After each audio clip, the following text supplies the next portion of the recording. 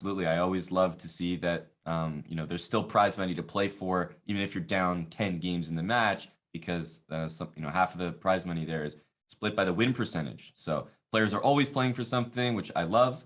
I think we see the players on the cams there. I know we also have Dania, our brilliant smarter chess, the minds from above as they predict how this match will go, and we can see there win probability 78% with the match prediction 17 points for MVL. How are you feeling? First take on that, Dania?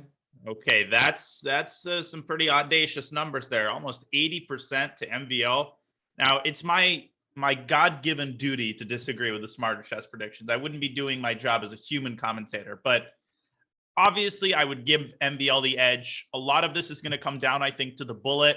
But like I said previously, Fabi has clearly improved his bullet skills. He's not going to be losing on time every game. Right. I think we're going to see a pretty impressive performance by him. And it's not like he's been doing anything the past few days to get himself warmed up for the SEC. He hasn't been commentating or anything. I heard he's actually just vacationing in Hawaii. Yeah, oh, wait a second. Oh yeah, he might be doing something. We've seen him every day, giving his thoughts on the World Championship match or anything like that. But no, I think it's fair to say that when it's World Championship time, I just feel like everybody's in the chess mood. So everybody is looking at chess more, interested in chess, following the top games, obviously. Even at the level that both of the players in today's match are at, MVL and Fabi, they're following the games just like you and I in the World Championship. So yeah, no doubt both of these guys are warmed up. I do feel like that prediction is a little off, but that's the thing about these smarter chess predictions, man. They're just so accurate that it's kind of scary sometimes. Yeah, I think Smarter Chess does have a very, very good track record, which is why we continue to find a place for it. So despite our protestations, it has been very, very accurate. Yeah, but we'll see. Their blitz ratings are actually quite similar, which is pretty interesting. Yeah, I didn't realize these matches. I think it's actually it's often the bullet where it's the smarter chess prediction comes in and says, oh yeah, this is going to be a stomp of a match. But almost always, even if a player holds a big advantage or supposed advantage in the bullet, the blitz is always very close. In pretty much every match I've seen. And then the bullet, you may see a gap develop. But I think the 5-minute blitz games are going to be more geared towards Fabiano. I just feel like more time on the clock, definitely going to be benefiting him. So I'm interested to see if he makes a push early on with the longer time controls to maybe jump out to an early lead, because he might need that in order to protect his chances in the match come the bullet. That's right. And I completely agree with that. I think the 5-minute portion is going to be crucial, and Fabi has to go out of the gates pretty strong. Yep. And we got, as you mentioned, 5 minutes, 3 minutes, and then 1 minute, all with increment the entire time. So the increment is definitely going to ensure things are, within reason here. But we see people flag all the time. I can't stress enough how, sometimes irrelevant plus 1 second is, as it makes you feel like you're not going to flag, which is almost worse than, no increment at all, where you actually do play with some haste. Yeah, no, 1 second, it changes the fact that you don't necessarily have to start playing really, really fast when you're down to 30 seconds, for example. On the other hand, as you said, when the players are down to 3 or 4 seconds, that 1 second evaporates in the span of a millisecond. Like, you literally feel like there's no increment, even though there is. Exactly. We see the players on screen there, and I have to say it's a real stark difference. You've got sort of the quarantine beard MVL on one side, and then you've got the freshly shaved and commentating every day Fabiano Caruana on the other side, as the players are off. And we see game one. Some amateur play this against Fabi in the U.S. Championship. A couple amateurs were playing this Ruy Lopez in some sort of world match recently as well. I don't know. Who do you keep talking about? They're not fair. You just expect me to know these references. Yeah, it's pop culture, man. Pop culture.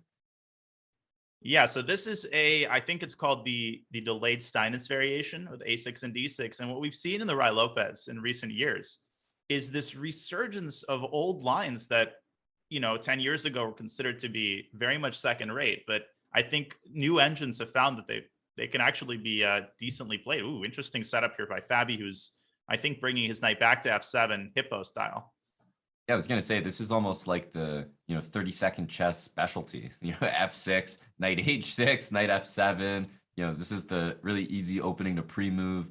But I always say one of my favorite pieces in chess is a knight on f2 or a knight on f7. It just guards all those squares you don't expect a knight to ever protect, because it's usually on f6 and c6, but a knight on f7 covering the g5 square, watching over e5 as well. I find that to be so underrated. So this is going to be an exciting game. He's going to go knight f7 castle, and maybe we'll see an f5 push. And just to fill people in on the engine, it always gives like 0.8 in these positions. The engine always recommends d5 and getting into these King's Indian style positions where white has a huge space advantage, but famously, the engine does still overvalue the role of that space advantage. So very few top players actually go d5. And here we see MVL actually trading on e5. And will he try to actively prevent black from castling with a move like bishop b3? Or has he acquiesced? Look at the time disparity. Oh, my goodness. Oh, there it is. Yeah. Yeah, I was wondering if he was going to go bishop to g5 rather at all after taking. But he's gone bishop b3, as you suggested. No castling immediately. And I guess like knight f7, you can probably, I guess you probably want to take it and play that take position. into sort of knight g5 and f4. I'm thinking knight a5 here also might make sense, just to kick the bishop out of there. And he has done. Yeah, this looks good, because bishop c2, there's always the c4 square for the knight, and the knight will reach f7, and the knight is so good on f7 here, watching over that g5 square as well. That's right. And if bishop d5, then I think black has c6. Now MVL could try to go bishop b5 and then maybe bishop g5. There's definitely tactics in the air because black is not castled yet. He is burning a lot of clock here trying to find something. If black can castle here with that open f file I'm on, I think black is going to be playing for an advantage. Yep. Yeah, I certainly agree. We already see a position where MVL is, 2 minutes down, coming up to 2 minutes. And unless he generates some sort of an advantage as a result of the time invested, he's going to be really hurting come the later stages of this game. So 5-minute chess already seems like a great start for Fabiano with the black pieces here in game one. Absolutely. And there's bishop g5. Fabi has to move his queen. Right. And now bishop d5. So he does go for this line via transposition. What is his idea going to be against c6? I'm thinking maybe he wants to go right back. Right back, yeah, and provoke a weakness of d6. But then black just takes, and Fabi goes c6. So let's see. He takes a knight f7, though. That's what knight b3, queen takes d6. Wow. Oh. That's special. Idea. Because I think, hey, I was fooled. Knight b3, if you take on b3, knight f7, and it's like, black has everything that he wants in the position. Oh, yeah. But that was very sneaky. And so Fabi going queen c7, MVL. And again, Fabi can't really castle now because of bishop e7, forking the rook and the pawn. So Fabi might want to go knight f7 first. And then I think he's going to be able to castle. But you've got to watch this knight on a5, because after b4, it only has one square, and it's not the safest square in the world. Wow, MVL really playing very creatively. So annoying right now. He is. Because, knight bd2 by white, the normal developing move, is also threatening b4. So it's like, you really can't castle that easily here. Well, the problems are happening on all three sides of the board. First, they were happening on the king side, then in the center. Now there's a threat on the queen side, and Fabi might want to go b5 here or something. He has to. But then b5, I think you go b4, bishop b3 or something like that. I feel like, you're happy with your bishop on b3 at least in that position. Right. Knight's looking so weird on a5. Yeah, I would definitely go b4 here and start by kicking the knight into oblivion on b7 and then think later. Although, could Fabi be entertaining b4, knight c4? I don't think so. His pawn structure is going to be way too damaged, I think, after that. Yeah, even if he does go for it, I don't think MVL is going to be stopping him. No. Okay, another long think here by MVL, who's down a minute and a half. Yeah, hey, I mean, I like his position. There's no doubt I think he's been playing well, but it's one of those things where you feel like you're pushing your opponent around, you have that advantage. But let's be honest, Fabi has played moves that he's almost had to play. They've been kind of only moves. It's like, oh, bishop b3 earlier, nice trick with queen d6, but okay, queen c7, I guess I have to do it. And then, you know, he threatened to trap the knight with b4. Okay, b5, I guess I have to do it. So while Fabi's been sort of on the back foot, he's been playing instantly, which has given him a huge time advantage. I don't think MVL has enough to make it worth it. No, I mean, this is crazy. He literally has 1 minute on the clock after 16 moves. I think he's very worried about the prospect of Fabi just casting, but to be honest, I think he just needs to go b4, bishop b3, and a4. I think your position needs a refresh because okay, black is castled. Black is castled. Gotcha. So it wasn't, we were talking about the time spent, and I'm looking over here, and I'm like, yeah, I agree, but then you're really laying into him. I was like, okay, but then it's not that bad, I mean, hey, I get it. The guy's thinking, but right, a break here.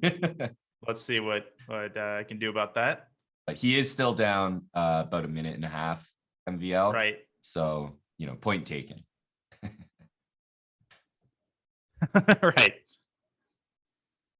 But yeah, the position I see just features Fabi castled. It's not that many moves ahead, honestly. So we can test the chat's visualization here. We have a, knight on c4 back to b6, bishop on e6 for black, black's castle. Everyone with me here?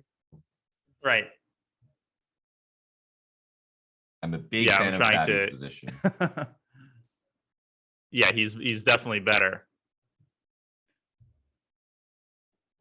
Yeah. All right, guys. Visual test here. Right. Okay, I see a few people following along. That's great. No, he's not timed out. I'll give you guys the second by second play-by-plays. A minute 6 seconds now. Yeah, he's got minus 30 seconds now. Yeah, we have advantage Fabiano on the clock and on the board. And honestly, exactly what I thought was going to happen with this position is currently happening. That this knight on f7 is stopping white from being able to do active things. So white's got a decent position, but in a position where neither player has a clear plan, let's say, I always feel like black's doing well with time advantage. It's worth a lot. Yeah, no, for sure. And yeah. All right, okay, guys, so we will be getting you that. Yeah. Stay tuned. Yeah, for just a second. Because it's going to come just boom. All of a sudden, it's going to snap 20 moves in a row. And you guys are going to see an immediate advantage develop for Fabiano. Right. Yeah, we have a Lagrave time situation here. Hilarious. A real knee slapper.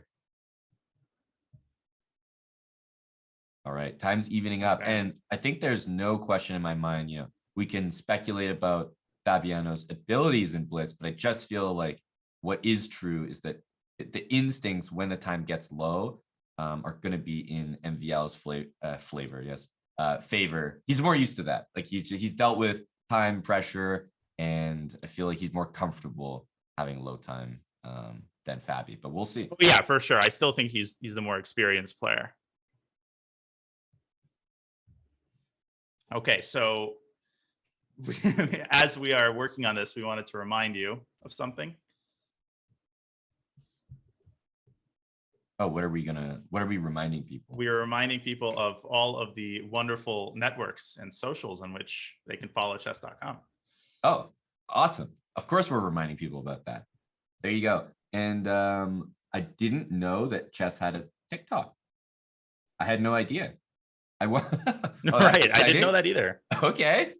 Chess on TikTok. And guess what? We got the position back. Well, I mean, guys, we just had to remind you guys where to follow chess.com on socials, and look at that. Position returns immediately. Coincidence? I think not. I don't think so either. I think the gods were just waiting for us to share. Whoa, and what a crazy position. Fabi has just given up a knight. Yes. He's, I guess, winning it rook h3, and then you can take e3 anyway. Yeah, we'll see bishop e3, king h1. c3, queen g2 mate, so king h1. And then, I mean, black can even try like, man, I'm almost thinking of like rook f6 or rook f7 here, like rook 8 to f7, so something crazy. Right, or because of the mate ideas. Okay, so he forces the trade. Okay, that makes White sense. White has f6 ideas to open up a check on the king. Whose king is getting mated? That's entirely unclear. MVL with 10 seconds. I feel like he's got the shorter end of the stick here. Yeah, these mate threats are so scary. Tough to deal with. King h6, like, no more checks by White. Uh-oh, yeah, you gotta. Forces, but look at Black's, well, both of their pawns are Bishop actually D2. on the worst squares possible, but Black comes first. He's just gonna whoop, whoop, whoop. Oh man, these pawns are getting vaporized here. Yeah, they are. Rook h6. Completely lost. Rook, King f4, yeah. rook d2. And even a rook trade is not gonna save White. That's mate. Oh, rook g2 was maybe needed there. Ooh, Black has to be a little bit careful. Uh-oh. Yeah, bishop d4 mate is threatened. Okay. These pawns are just going. And Biel's like, I want some of that too. In fact, he's like, no, I'm only giving you one pawn. Yeah. Yeah, unfortunately, it's tough for me to see the way that White survives this, because he's just so many pawns. Quite an amazing job of holding this together so far. But yeah, they're coming at him from both sides, because f3 is going to be hanging and this pawn is going to be pushed. Okay, so he's given up a bishop, but Black is going to preserve this pawn pretty easily, just tying the bishop to it. And resignation, Fabi wins the first game. Yeah, so I said, 5-minute portion, this is going to be Fabi's chance to come out swinging. And I think he has. That's definitely a statement. He comes out, huge time advantage. And I was impressed with how he managed the low time situation as well. Didn't look like he missed a beat. Yeah, no. And I think already he's proving people. I do think there's a category of people who think, yeah, Fabi's going to lose every single blitz game he plays. Not even close. And even I would say like a year ago, when people were talking about Fabi being worse than other players, it's all relative, right? He's still incredibly strong. Yeah. C4. So indicating, knight C5 on the horizon, knight B4 as well. D3 square is looking tender. It's often where these knights want to jump in. And this is a classic struggle. You've got two bishops for White. Black's happy voluntarily, and then play on the dark squares, which is pretty typical for these Benoni style positions. Right. So all right, so bishop, I guess. 97. Okay. And Biel seems to have a pretty nice Benoni structure here with this knight coming to d3. I think so. The bishop on f3 always feels a little clumsy because you sort of want it back on e2. So you have the knight or the bishop back on f3 after Black trades it, and then you usually have to go bishop back to e2 and waste a few moves. Right. And pawn being weak as well. Right. Yeah, this is actually very hard to play for White. I mean, the computer always gives equality in these types of positions, but so many weak. I mean, when one side has all the weak squares, it's just practically speaking so easy to play this with Black. Exactly. And ways to liquidate the position like bishop d4 fail to so many different reasons. Knight d3, bishop takes d4, knight b3. So it's not easy for White to get any pieces off the board. And the bishop on e3 is so valuable for White, it's not even clear that you want to trade dark square bishops. Right. And there comes the e4 pawn. Fabi recovers the pawn on c4. Now there is the possibility of Black taking twice on c3 with a fork, but White can neutralize that, I think, with bishop to d2. I mean, MVL could go for this line and then just go queen f6. That's what I think. He is going for it. This looks amazing. This is in a side coming to e5. Black is up a pawn. This is also kind of an opening disaster for Fabi. It is an opening disaster. Then knight is going to go to c5, is going to protect the b7 pawn, and it also cannot be attacked by any pawns on the c5 square. So it's just a dream for Black. Right. Oh man, yeah, this is so good. The move a6 is going to appear on the board soon because Black probably needs the e8 square to challenge the White rooks. So yeah, we do see it immediately. makes a lot of sense. Rook f8, king f8, and queen f6. I think black wrangles control the e-file and the game. Right. Yeah, this is completely losing. Yeah. No, MVL not winning this is egregious. Yeah, for sure. No, this is nice game though. He took a Benoni and he made it look straightforward. I mean, making the black pieces look pretty strong in the first 2 games that we've seen. Yeah, no, this is and this is one of those positions in which there's absolutely, I always like to point this out. Lost positions are not all the same. Some positions they're completely winning, but you have to find sort of one clear path, such as when you're attacking, for example. But these positions you're down upon, you're losing a second one, and there's absolutely not an inkling of counterplay. Yeah, it's like, false reassurance. Hey, don't worry, man. You're not getting mated by force or anything. You're just losing in every other possible way. There's just no hope for you, period. No, queen f3, you can just take on a4. Whoops, I did not mean. I mean, by the way, you could even take that pawn. Nothing wrong with that, but that opens the diagonal for the bishop. Yeah. And in such situations, yeah, you want to avoid giving your opponent a single source of counterplay, whether it's a file or a diagonal, as much as possible. But also with almost 4 minutes on the clock. Yep. Yeah, tons of time as well. When you have the time advantage and the material, then you really can take your time, make sure you don't fall into like any tricks. Maybe you can evaluate queen takes d5, make sure you're not being too greedy in certain scenarios as well. So yeah, queen a4 looks pretty fine. Yeah, I don't see anything wrong with that. I think MVL just double checking that there are no, queen a4, maybe queen f6, but then just queen back to d7. I mean, exactly. One threat and just get the queen back to a7. He's gone rook f4. I think he's trying to force the queen trade, but not going to make it happen just yet. He could go h5, h4 if he wants. I suppose this pawn on a4 is not really going anywhere. I mean, it can go to a5, but there it shall remain until its death. Yeah, exactly. I like queen a4. Keep in mind, in a weird way, rook c4 was actually a threat there. So you can't just play a random move like king g7 and plunder. No, yeah, rook c4. I mean, yeah, rook c4 was a slightly serious threat. He finally takes the pawn on a4, and I think Fabi might just resign within a couple of moves. I mean, he'll probably go rook e1. Yeah, of course. And, why not try to get the rook to e7? But once that fails, then he is officially out of ideas. That's right. Now, rook e1 makes sense. You want to get the rook in. You can't go to e8, but e7 is available. And queen c3, note queen d4 is such a strong response. Blocks the check, threatens f2. That's right. And then the pawns are going to start rolling.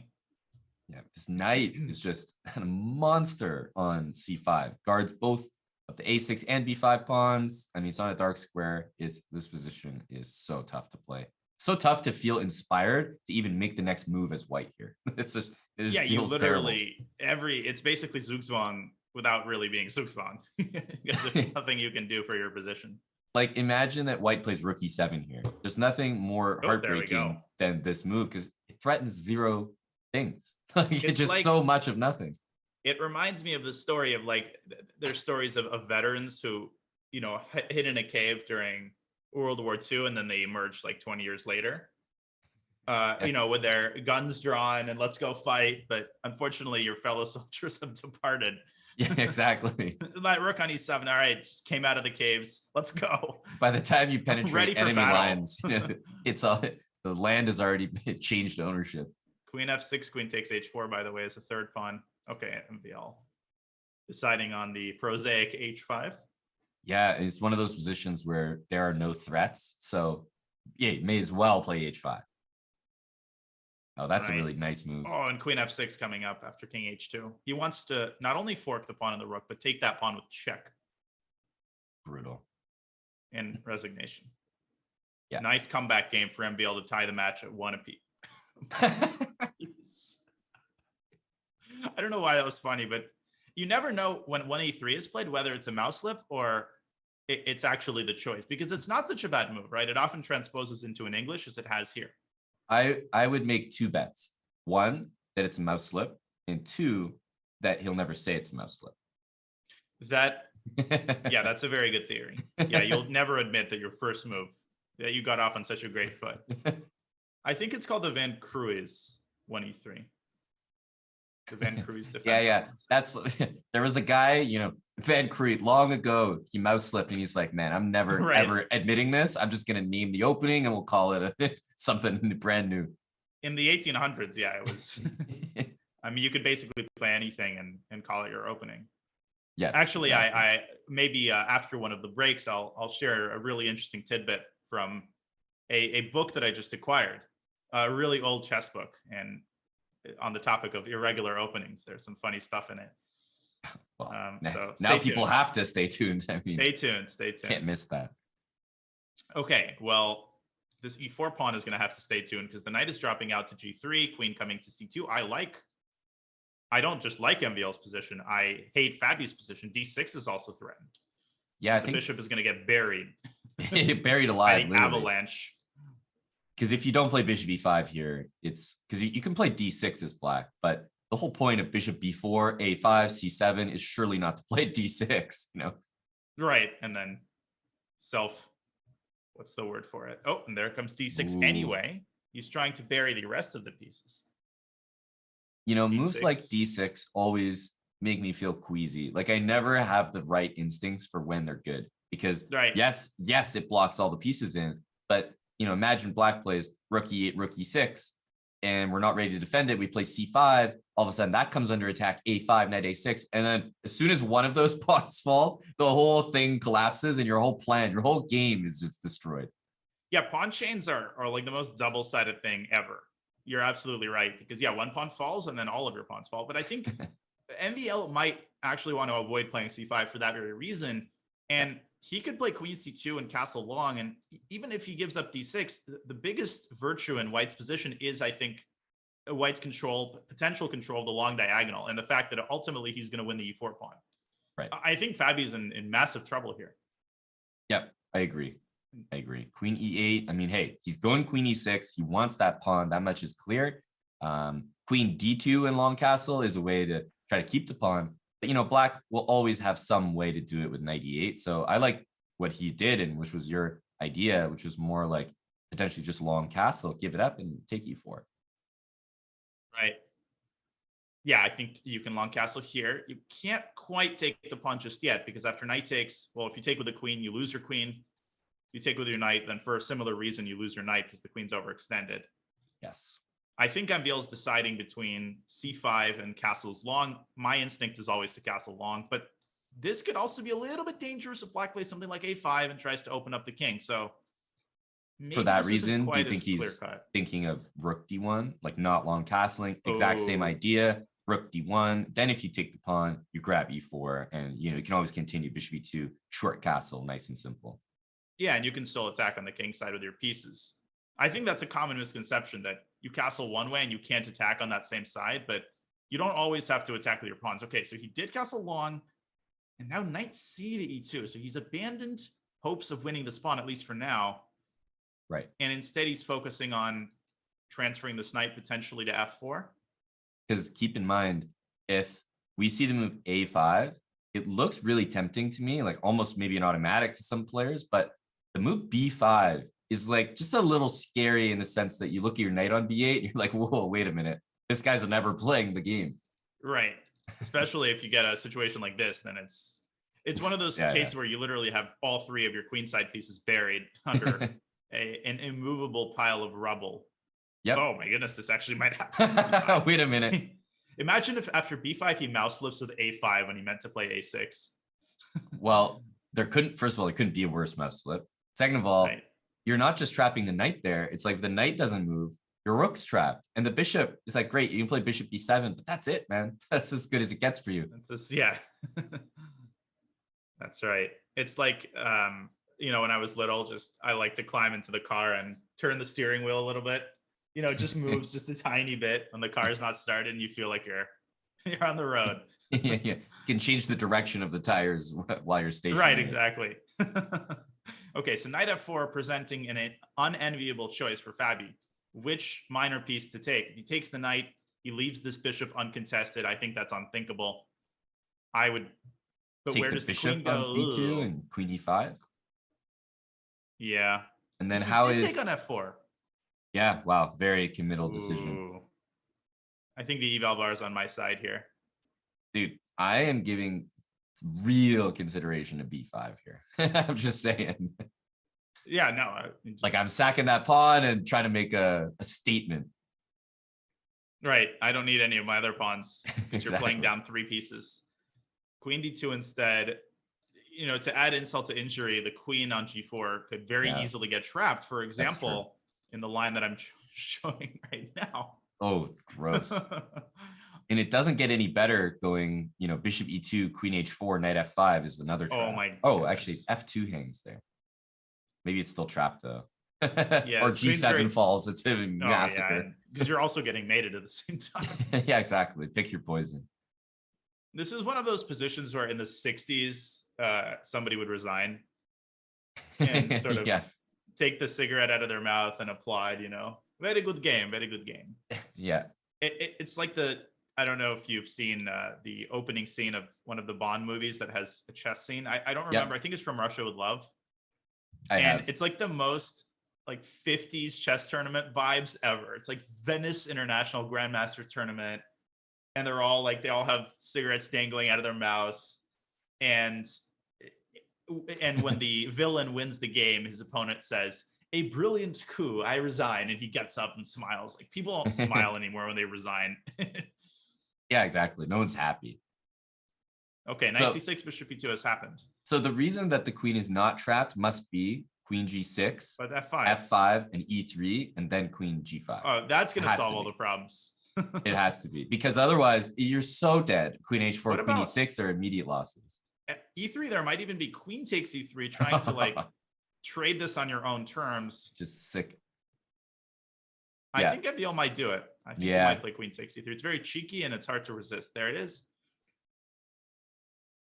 But you know, in Fabi's position, his game was so bad that it's like he's forced into all this, so he doesn't have a say in the matter. Wow, well, if I knew 1e3 was winning by force, FBL should have told me this earlier. Exactly. Now you know. Okay, gotta take f7. I would imagine. Looks like the better pawn to take. But I can definitely see the idea of like sidelining the king more. But okay, takes f7 seems so hard to resist. Followed up with like bishop f3.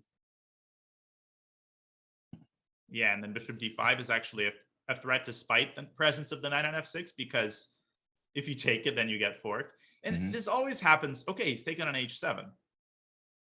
But still, bishop f3 looks very strong. It doesn't really change the fact that bishop d5 is a threat. No, not at all. I mean, anything should win here. Bishop d3 check, and knight f5, rook e1. This is close to being resignable. He might just be going simple, like bishop f5 and rook e1, that kind of thing. Just going for domination. h4 looks great. Yeah, h4 looks like it would be snapped off there. And immediately. The sad thing is, even here, black can't really take the pawn because of bishop takes g6. Yep, this is rough. 95, trying to close some of the diagonals, but... And I think you can just go h5. Like, you don't necessarily need that bishop to make h5 sting. I would rather have the dark square bishop than the light square bishop. I don't like bishop takes c5 at all. I still think it's winning, but... Yeah, definitely. Because now he switches over to the e file, and as soon as he plants a rook on e7, it's over. Wow, that's a super crafty move. It is. It just shows you these players, they never die. Yeah, no, exactly. I mean, I think anybody who actually beats somebody like Fabi deserves the instant world champion title. Wow, rook e8 is very annoying. Holy smokes. The more I look at it. Yeah, it is. Because rook takes e8, knight takes e8, and the pawn on d6 is attacked. Yeah, so bishop e4, rook b8, and... Maybe finally time for b5. But it's not. Knight back to f6. Okay, goes a6. He's probably going to trade on b5, get the knight back to f6, the bishop to b7. This is not entirely over. Right. I think he may take with the c pawn on b5, like bring the king b2 or king c2. Right. It's so tempting to react with a4, but that's like a full move you're handing back to your opponent. It might not be worth it at this stage. And MVL now down to 30 seconds. It's pretty crazy. I feel like he had 2 minutes to Fabi's 10 seconds, and now he's taken almost all of his time. I guess F. Okay, he lets the king get to E5. Wait, now maybe takes an A5? I like knight E4 and then maybe F3, sort of cement the guy. Rook E1 also looks good. Oh, but then king D4. Oh, yeah. King D4 must be the move. Even go knight takes C5, probably. Yep. And now there's apparently some sort of a mate, maybe like knight G5, knight F3, and rook E3. Yeah, the brilliancy is coming. Knight G5, knight F5, though. I was going to say there was like F3, knight F2 with rook E4 mate. And now G4, knight D4. I think he might have missed that. I agree. I think he did. Rook E7. Oof. Rook takes D7 is threatened. Nasty. King E2. Now, the last problem to solve here for MVL is how to extricate the rook from D8. And knight E6, rook E8. Yeah, it's over. This is the problem. It's like that they really don't die, because I would have said that still Fabi is doing a literally amazing job. But the problem is MVL is also doing an amazing job. Yeah, people forget that. Like, Fabi has great defensive technique, but MVL's not letting him go. Yeah. Even with that technique. Like, he made maybe a few inaccuracies, but then he picked it back up again. Yeah, I was never in doubt, put it that way. You know, when these guys at this level have a winning position, it's like, there's only so much you can do defensively. If they know, you know, they know enough good moves, it's just a win. There's nothing you can do. It was too lost. It was too lost. Okay, Still, so MVL impressed. 2 in a row. Yep.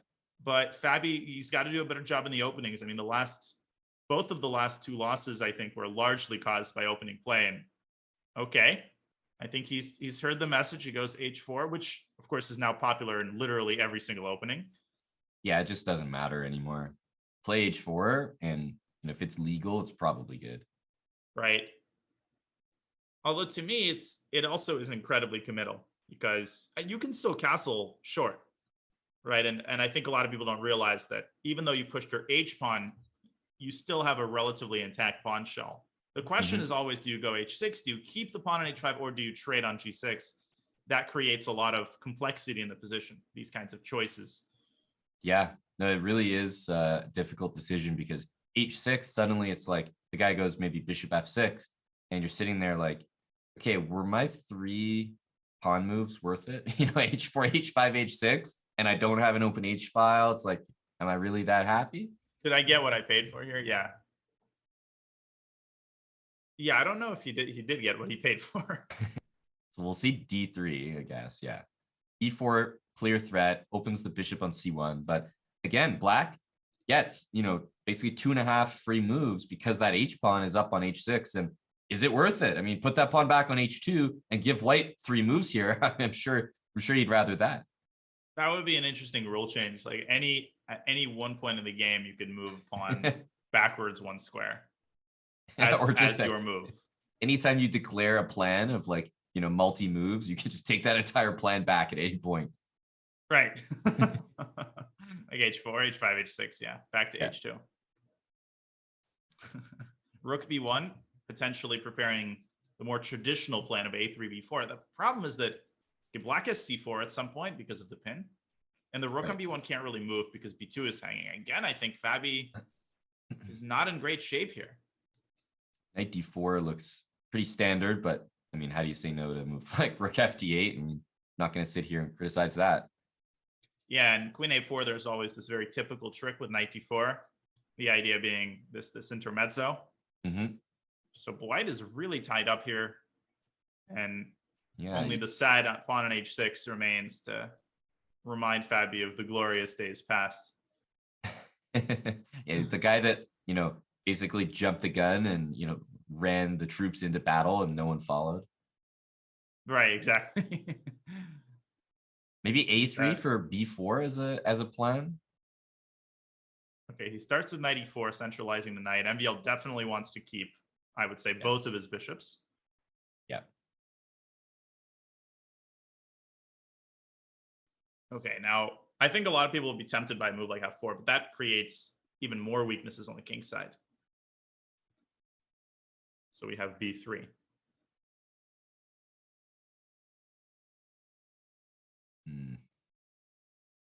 Bishop h3. Yeah, bishop h3, or maybe like knight b4 back to like d5. Knight d4 always going to be a good move as well. Yep, he's gone for bishop h3. And yeah, now the question for Fabi is, it's not that there's any immediate threats, but ultimately Black's going to trade, centralize the queen, and then f5 is going to become a problem. You pointed out the c3 square. There's a lot of uneasiness going on here in White's position. Yes. You just get the sense that things are not too far away from collapse. Correct. I feel like when I try the English, I always end up in these kinds of positions. Like I have pawns on d3 and b3, and then nothing else is going for me. Maybe a loose cannon on h6, and that's about it. Right. Now, if the knights disappeared, like knight on c6, knight on e4, I feel like that would favor Black, which leads me to maybe think of knight b4, knight d5, knight f6, and then get the queen to d5. Yeah, I liked that idea. MVL going very concrete f5, which has the drawback of weakening some kingside squares. But on the other hand, how is White going to exploit them? Yeah, and queen d5 is happening, whenever he wants it. He's trying to exploit it by getting his queen to c4. Who benefits in the event of a queen trade? It's kind of hard to say. And in these positions, it's kind of funny. If Black doesn't play queen d5, White plays queen c4 check, king h8. Queen f7 is the nasty move. Like it's really hard to defend the squares there. So right, there's like 3 different checkmates. Yep. Okay, f3. Van Feingold just cringed. I feel like I'm still thinking of like knight e5 to f7. Like I feel if Black gets rid of that knight, king on f7, then he's like totally safe. Yeah, and in some distant endgame, Black could play like g5, king g6, and finally pick up that h pawn, which for the time being thinks it's safe, and it's a passive spectator. It's got front row seats to the action, but I feel like days might be numbered. Okay, so a5, MVL continuing to get a hold of these squares. Maybe he wants to play e5, although that would be also pretty committal. Very, yeah. Yeah, I kind of like the pawn on e7 at the moment, but it begs the question how to proceed. Okay, e5. Now Fabi would, bishop g5, I was going to say. And he continues to try to weaken the dark squares around Black's king. It's not that he's going to deliver mate, but he could at least try to create some counter threats. The h6 pawn, I feel like, looks better and better, like with the pawn on f5. Because long term in an endgame, let's say you grab the bishops and queens and throw them off the board. Knight g5 is like a permanent attack on h7. Right. Yeah, especially if it's anchored. One of the other issues that Fabi's experiencing is you really want to play e3 on the one hand to kick this knight away, but your happiness is going to be short-lived because the knight's just going to grow a second head on b4. Yep. It's not convincing. Rook c to e1. Could he be preparing e4? Yeah, I feel like if things start opening up there, it could be bad for Black, like just king h2, e4, f4. Yeah, don't sleep on Black's king. It's not the safest king in the world. I would be seriously considering e4, although it's obviously very positionally risky to leave the knight on d4 like that. Yep, but he's got to make those decisions in a position like this. I think you follow the plan, f4. I mean, having said e4, I think it's f4 time. Oh, absolutely. I think you got to play f4. Otherwise, you just don't have much time because if the d3 pawn falls, the game is over. So there it is. And time ticking down in a position like this is going to help Fabiano because like that pawn on h6 is just going to be a headache. Always calculating like, am I getting mated here? Am I getting back ranked? Is this h7 pawn falling, etc.? I feel like one area where Fabi has very specifically improved his blitz ability is in the realm of, how do I put it, very concrete decision making and dynamic play. Like he does not hesitate to complicate the game anymore, whereas I think he used to have this perfectionistic streak where he would take essentially all of his time to calculate something like this. But notice here, he's got the time advantage, and he played both e4 and f4 relatively quickly. Yep. Rook takes e4 is necessary. Now, obviously, the tail end of his plan is that, yeah, great, e4, f4, congrats, but d3 pawn finally gets noticed. Yeah, f takes e5, rook takes d3 is curtains. So you might have to go for an awkward defensive move like rook f3. That might be necessary. True. But then, okay, he's played it. Queen c6 maybe? No, but then bishop takes f6. So white is actually threatening f takes e5, I guess. So now MVL has only one tempo to make something happen. You could play it, though, I guess. Like queen c6, queen takes e4, you could try. He's taken. Okay, now he plays queen c6. Rook takes e5, he wants to meet with rook takes d3, but yeah, something feels off about this. The knight is perfect, though. Guards e4, so there's no queen takes e4 trick. Could you play and f takes e5? h7. Yeah, f takes e5, exactly. Ooh, finally, E6? that pawn disappears, but e6. E6 immediately. And then queen f4, I mean. Yeah. This is great stuff. The wheels have come off completely. This is an amazing game by Fabi so far. The way that he turned this around, but let's see if he can finish the job. Queen c3 or queen f4, both look good. Oh, instead. Oh, that's a dagger. That is a dagger. That knight is never coming back in the game now. That's probably the best move. That's such a super GM move right there.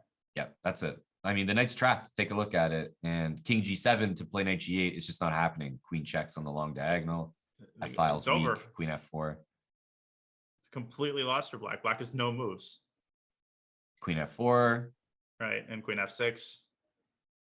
Yep. And plenty of time for Fabi. He's managed his time incredibly well. Of course, speaking of not dying, MVL is going to keep trying here. Yep. And there's going to be nasty moves like knight rook f7. e7, e8. There's like queen f7. But knight f7 wins the game on the spot. Yep. That's mate in two different ways threatened. What a defensive, I hesitate to even call this a defensive effort because Fabi literally ended the game with checkmate, but his position looked very precarious at one point. And this e4, f4 plan, that was awesome. Yeah. That was awesome. And the match all tied up at 2. Yeah, and Fabi's just gotten up, so it leads me to believe that maybe we're at our midway break point of the 5+1 question mark. I believe so. We are at the midpoint. It's been very high quality chess so far, Aman. I think both players have had their good moments and their clearly defined bad moments. Fabi struggling a little bit in the openings. If he can tighten the screws there, I think he's in great tactical form, and you can see his time management has been nothing short of excellent. Yeah, you said it well. It's 2-2 right now, and we've seen some bloody affairs to start things off. Some great games from both sides. They both got a win with the black pieces and a win with the white pieces, and we're only at the midway point of the 5+1 section. So stay right where you are, guys. We are coming back for the conclusion of the 5+1 of this SCC presented by Coinbase. We'll be back after the break.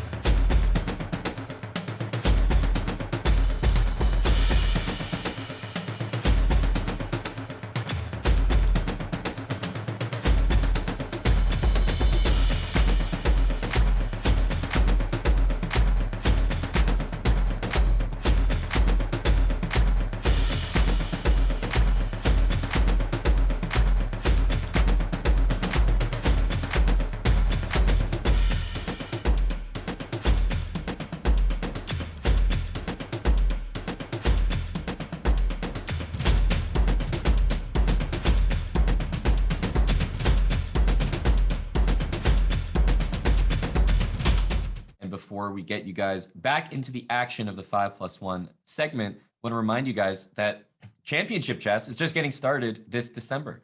Don't miss the full coverage of the World Rapid and Blitz Championships live from Kazakhstan, December 26th to 30th, right here on chess.com. And we're going to have Grandmaster Jan Ludwig Hammer bringing you guys the fast-paced action, as of course, Grandmaster Magnus Carlsen is going to be playing and trying to defend his title from 2019. It's crazy, Dania. I mean, 2019, man, it's been so long since this tournament was held. And I have to admit, it really is one of my favorite tournaments on the chess calendar. I think it's one of everyone's favorite tournaments. Just watching all of these top players play over the board blitz and the awesome commentary and the time scrambles. Yeah, I mean, I might be getting up to watch some of it, even though it starts at 4 a.m. my time. It's not exactly the greatest start time, but hey, I know it's in Kazakhstan and it's going to be an awesome event. You won't want to miss it. Yep, and we are getting set here for the second half. We're just at the midway point of the 5+1 segment, and of course we'll have still 3+1 and 1+1 to follow. But we've got a tied match so far. Based on the games that you've seen, Dania, are you probably happier at this point to be 2-2 in Fabi's shoes or MVL, or the match is just starting as you might expect? It's actually really hard to say. I mean, I don't think either of the players has an edge in momentum. When MVL won 2 games, I think it's actually crucial that Fabi won this last one, and they're repeating the opening from game 1. So I'm really curious to see whether MVL has come up with an improvement. So far, we have exactly the same moves. But the big difference is that we have the exact same moves with 2.5 extra minutes for MVL. So that's already a huge improvement. Okay, so I think they're still repeating the same line. Knight F7, then there was Knight BD2, I want to say. Yes. Threatening B4. Yeah, I mean, yeah, the eval bar doesn't seem to think that it's particularly impressive. No, I think last time it was more the time spent by MVL meant that when he got to the middle game, he wasn't able to use the time that he might have needed to make some important decisions, because certainly White has the advantage here. So I think with that extra time on the clock and maybe the fact that MVL might have checked the position, I think he's, very happy to repeat this. Yeah. No, and what's important is that he sort of neutralized the power of the F file. From Black's perspective, yeah, this knight on A5 is problematic. You could try to go knight C4, but then bishop B3 seems very unpleasant. Actually, then you can take on E3. So knight C4 happened, and I think MVL perhaps should not have allowed that. I don't know. Yeah, bishop takes, and okay, bishop D3, bishop E6 looks normal. Okay, I mean, bishop C4, it's unclear. Okay, C4, MVL trying to make stuff happen on the queen side. Fabi doesn't necessarily have to react to that. I mean, he could play B4, but he could also just play bishop G4 or bring his A rook into the game. I think this is where I like the knight on F7. Like the D6 pawn's so weak, and the bishop on E6 sitting pretty because there's no knight G5. And the knight on F7 is kind of a hero in that both regards. It really is. Yeah, it's covering, as you said, in game 1, all of these squares. Rook C1, Rook C8, the classic. Yeah, exactly.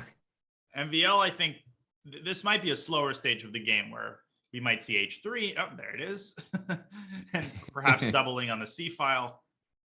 This is sort of the calm before the storm, as both players take a few moments to improve their position. I think Fabi might be preparing knight G5 here at some point. Well, or even a pawn attack. If the previous game is any indication, H5, G5 is on his agenda. Mm-hmm. Queen D2 preventing knight G5, but not preventing G5. Come on, Fabi. Oh, yeah. Oh, you know what? I think I know what's going on here. He's deciding, I think, between G5 and Rook G8. Don't pay me too well to tell you what Fabi's plan is here. I don't know. What could it be? I mean, King H8, Rook G8, Bishop F6. Might it have anything to do with the G5 square? And I think MVL's last move was aimed against G5, because then he's going to play knight H2 and make it very hard for Fabi to push either of his pawns. Therefore, Caruana starting with H5. I mean, MVL could still consider knight H2, although it's a little bit more awkward. And what he did last time was he did like g5, knight h2, g4, takes, knight f1, and he went knight g3, tried to get into f5. So just chess players are creatures of habit. So I feel like unless he wants to mix things up here, he might be, reasonably comfortable with that after g5 and say, okay, that worked last time, kind of handled the position, and then maybe go for something on the queen side like a4, get an open file. And again, it cannot be emphasized enough that at this point in game one, I think he had about a minute on the clock. Exactly. Less. I mean, or minus 30 seconds, actually. Well, rook fd8, okay. Rook g8 back to d8. For the time being, abandoning the idea of trying to go g5, which is, of course, impossible because the h-pawn would hang. What you absolutely don't want to do is go h4 position. Yeah, exactly. Yeah. Do not want to do that. And the move g5, even if it was possible here, less desirable because like knight g3 and the light squares start to feel the pressure. I think one thing to just observe in these top games is just the way that they expertly disarm attacks before they even happen. That's why you don't see, these players get checkmated very often, because they just do not allow the attack to get, to wind up. They nip it in the bud even before it begins. And the moment rook g8 was played. They do, but the nice thing about it is that sometimes you can still force it. Like in black's position, you could still find a way to play g5, but then they would expertly just dominate the position and make you look foolish for doing it. Whereas in my games, I disarm the attack, but they still attack me and it just works. So right, exactly. But they just take all your pieces and then you resign. That basically is what happens when you try to attack a top player. I mean, I experienced this against Wesley in the world championship. Who do I think I am? Daniel Naroditsky, everybody. Right. Big emphatic applause. So in the US championship, I sacked a piece against Wesley. It was a justified sack, but he took it. I didn't think he would take it. And then 5 moves later, I was completely lost with no attack. But then I found a perpetual. So it worked out in the end. But that was what I was thinking as he was just grabbing all my pieces and pawns. Exactly. Yeah. There's the long-term dream, a hope and a prayer of like pawn to c5 for black, and then knight d8, knight c6, knight d4. If it ever happens, black will be in a very good position, especially look at those bishops on the board. The light square pawns for white are not good for an endgame. And white has a not so distant dream of getting the knight to d5, even at the cost of trading the light squared bishop and planting the queen on d5. It's hard to say who's better. I mean, Caruana's position is a little bit flimsy, and it's kind of the floorboards are creaking, but it's not entirely clear how to break through. No, and the h5 pawn is so key. If white could play bishop g4 here, trade those light square bishops, black's position would be horrendous. Knight e3, knight d5 to follow. Yeah, resigns. So knight gets to d5. Okay, call it a day. Yeah, and this is reflected in the fact that MVL taking a significant amount of time here. I think he might end up just but knight e3 might have run into h4 and knight g5. So right, goes knight h2, potentially getting the knight to f3. Although still, you're going to have to watch for h4. Oh, there he goes. There he goes again. So knight f3, h4, knight g5 check. I think he was planning g5 against knight f3. Right. Old wine and new bottles. Yep. Knight f7 again. Look at it. Hero. Guarding d6. Right. It's doing everything. I wonder if you like knights on f7, Aman. You didn't really make your stance on that entirely clear. I'll make sure to do so. We have a long show, Daniel. So I think when you're commentating, it's good practice to just clarify your position on things, right? Just a little pro tip. Yeah, it fills the time. A4 is it's something else to worry about. Definitely, double-sided sword. Yeah, I mean, if a file opens, yep. Who benefits? Okay. It's like start of Hunger Games. I mean, who can get the access to food? Yeah, who can get that trust A file? Me, the food is going to benefit Fabi here. The doubled rooks on the D file don't make a good impression. They're just biting at a pawn that they'll never really be able to take. Right. I mean, there's obviously, in the event, for example, the queen moves away, there might be a sack on d6 you could force your way through. So I think the queen for the time being is also integral to the defense. And finally, we have a g5 sighting. I think h4 was maybe a threat there. h4 and knight g5, just like undermining the d6 pawn. So are we going to see the creature of habit takes knight f1? Old wine in new bottles. Or wait, is there... No, there's no knight takes g4. This almost works. But there's a block in the end with rook h4. Right. I'm talking about this line with a quote-unquote fork at the end, but it's not a very effective one. Yeah, this makes a lot of sense. Queen g5. So we're not necessarily going to see checkmate, but in this... Oh, and there's rook takes d6. Ooh. But this is more out of desperation, I guess.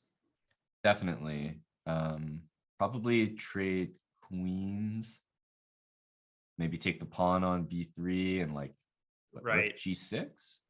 Yeah, just stabilize everything and invade with the other rook down the a file. This b3 pawn is going to be obviously problematic, although white can park the bishop on d1. And I think you do want to get those queens off. It might seem like maybe you could wait or something, but I think you want to get them off straight away. Don't want to deal with queen takes c5. Right. And now MVL is going to have to somehow arrange his pieces, knowing that the a file is going to open up. Maybe king h2, king g3, and then bishop d1. I'm not exactly sure. But king h2, there's going to be takes and rook a2. So what about just g3, bishop d1, king g2, and say, all right, dude, what are you going to do? Come at me. I've got rook c6, rook takes c5, right? You know, some ideas there. Yeah, black could lose this in a heartbeat. If you lose even one of your pawns, everything else kind of collapses. So Fabi has to be careful. I understand that Eval Bar is getting +1. G3 is not out of the question here for black. I think he's thinking about it. There it is. That's why I wanted to play g3 actually, because bishop d1 I can play once the b pawn gets attacked, and I wanted to play g3 to fix the pawn on g4. Yeah, great sense of the moment by Fabi, realizing that he only had one opportunity to do this. And MVL going after the c pawn, but now his king is in trouble. Fabi's activated his other rook. Rook g3 maybe, but then bishop f3, I guess. Bishop f3 looks sturdy. I think Fabi missed that, and now he's going to lose the c5 pawn. This is anybody's game. I mean, all three results are very much possible here. Yeah, I think white's playing for it. King h2, there's rook takes f3. Tricky. And black is threatening bishop takes g2. Maybe rook takes g2. No, then he takes and goes king h1, and rook h6 is threatened. Ooh. But now, I mean, if you go e4 and take on b3, it's white's pawn that looks like f6 might be winning. And so Fabi, yeah, that's a nice move. And now if f6 and king f7. There might have been just rook e2 after rook e6. Oh, forcing the rook trade. This looks f6. scary. Oh, he walked into f6. But there was like checkmate coming. Oh man, this is over. Oh my, he's gonna lose. Okay, rook e1. Yeah, rook e8 and handshake. Wow. Okay. That is a heartbreak. Fabi, such a masterful positional effort to massage that small edge he had, but that's what we mean when we say that these players don't die. MVL he sees everything, finding every single defensive resource in the book, and seizing his opportunity. Well done. And I think that his rook takes d6 decision, if you just go back to that position in your head and think, what if he didn't play that? It's going to be like a Fabiano masterclass, right? He's just gonna like dominate the position. If you never take that pawn, white has no active plans. So the decision to sack the rooks is so practical. Time was getting low, and he's going to have an active rook. That's, I think, the right decision. It really threw Fabi off. Yeah, and it's hard to explain how many calculations go through these players' minds when they make a decision like that. And they always, again, when I make a decision to sack an exchange, for example, it always smacks of total desperation and fails within like 3 moves. But somehow these players make it work. Yeah, it's almost like they're higher rated. It's something about them. Weird. I don't know what it could be. It couldn't be that. Okay. What the heck is going on Relatively here? unorthodox opening. A lot of pawn moves and a lot of bishops being hemmed in. Yeah. I feel like black is happier, no question. This is really funny. E4s. How many pawn moves in a row have we seen? Yeah, what was it? It's not that many, actually. 4? Did you have to bust my bubble, Aman? I mean, he's just like very, very easily impressed. I see. Right. I mean, it's like, wow, 4 pawn moves in a row. It's almost like they're playing the Queen's Gambit declined or something. No, but I think that's 4 is actually more rare than one might realize. In the Queen's Gambit decline, you might have 3. Okay, I'm not going anywhere with this. Let me just abandon this train of thought. You're going nowhere. You're wrong. I mean, this is just right. It's bad on all sides, such as the B6 square. It's bad no matter how you look at it. And the B6 square is a problem if black wants to move his queen out. So maybe queen C7, but then is F3 possibly a threat given the bishop on E6 is undefended?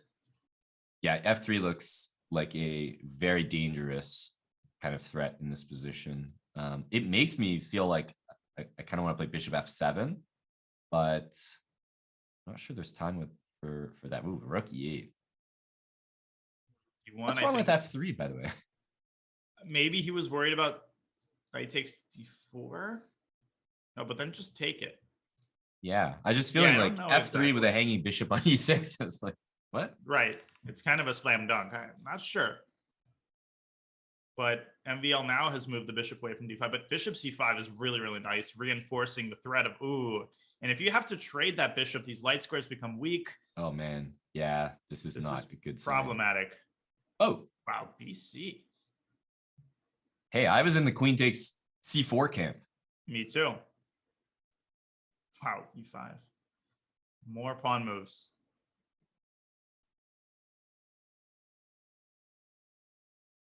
So D takes E5, queen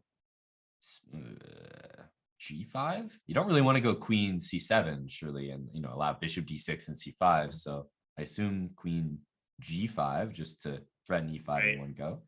Although there, white does have H4. Yep. And this shoehorns the queen into an undesirable trade after queen H6, bishop 8, bishop E3.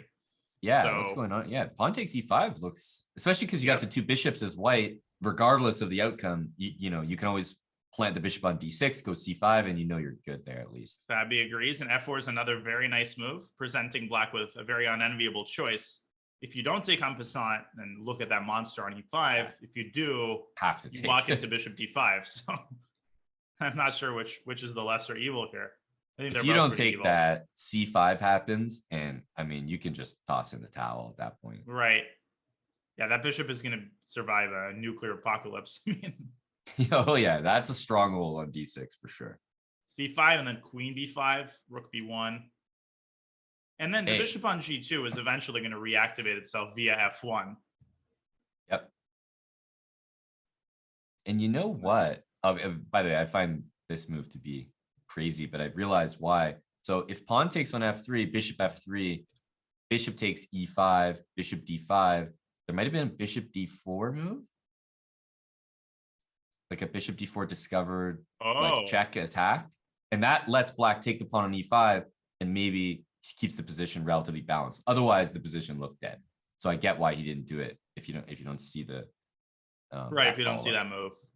Well, I wouldn't necessarily say the game is over. By getting the knight to E6, he's applied pressure on the C5 pawn. If that pawn falls, then white's position starts showing cracks. So this is an important moment for Fabi to play accurately in. Right. Rook F2, I think he's going for the bishop F1, bishop C4 idea, but MBL could take the pawn on C5 now. He does. Yeah, maybe a king move. Bishop might not survive a nuclear apocalypse any longer. Yeah, some big weapons are coming. Right. I think just king H8, maybe. Just get out of there. Yeah, and then maybe queen G7. in response to bishop c4. It's not the best queen we've seen, but right, it's not 5-star accommodations, but hey, queen is still going to be alive. Both sides have a protected pass pawn here, so it's pretty double-edged come an endgame. Right.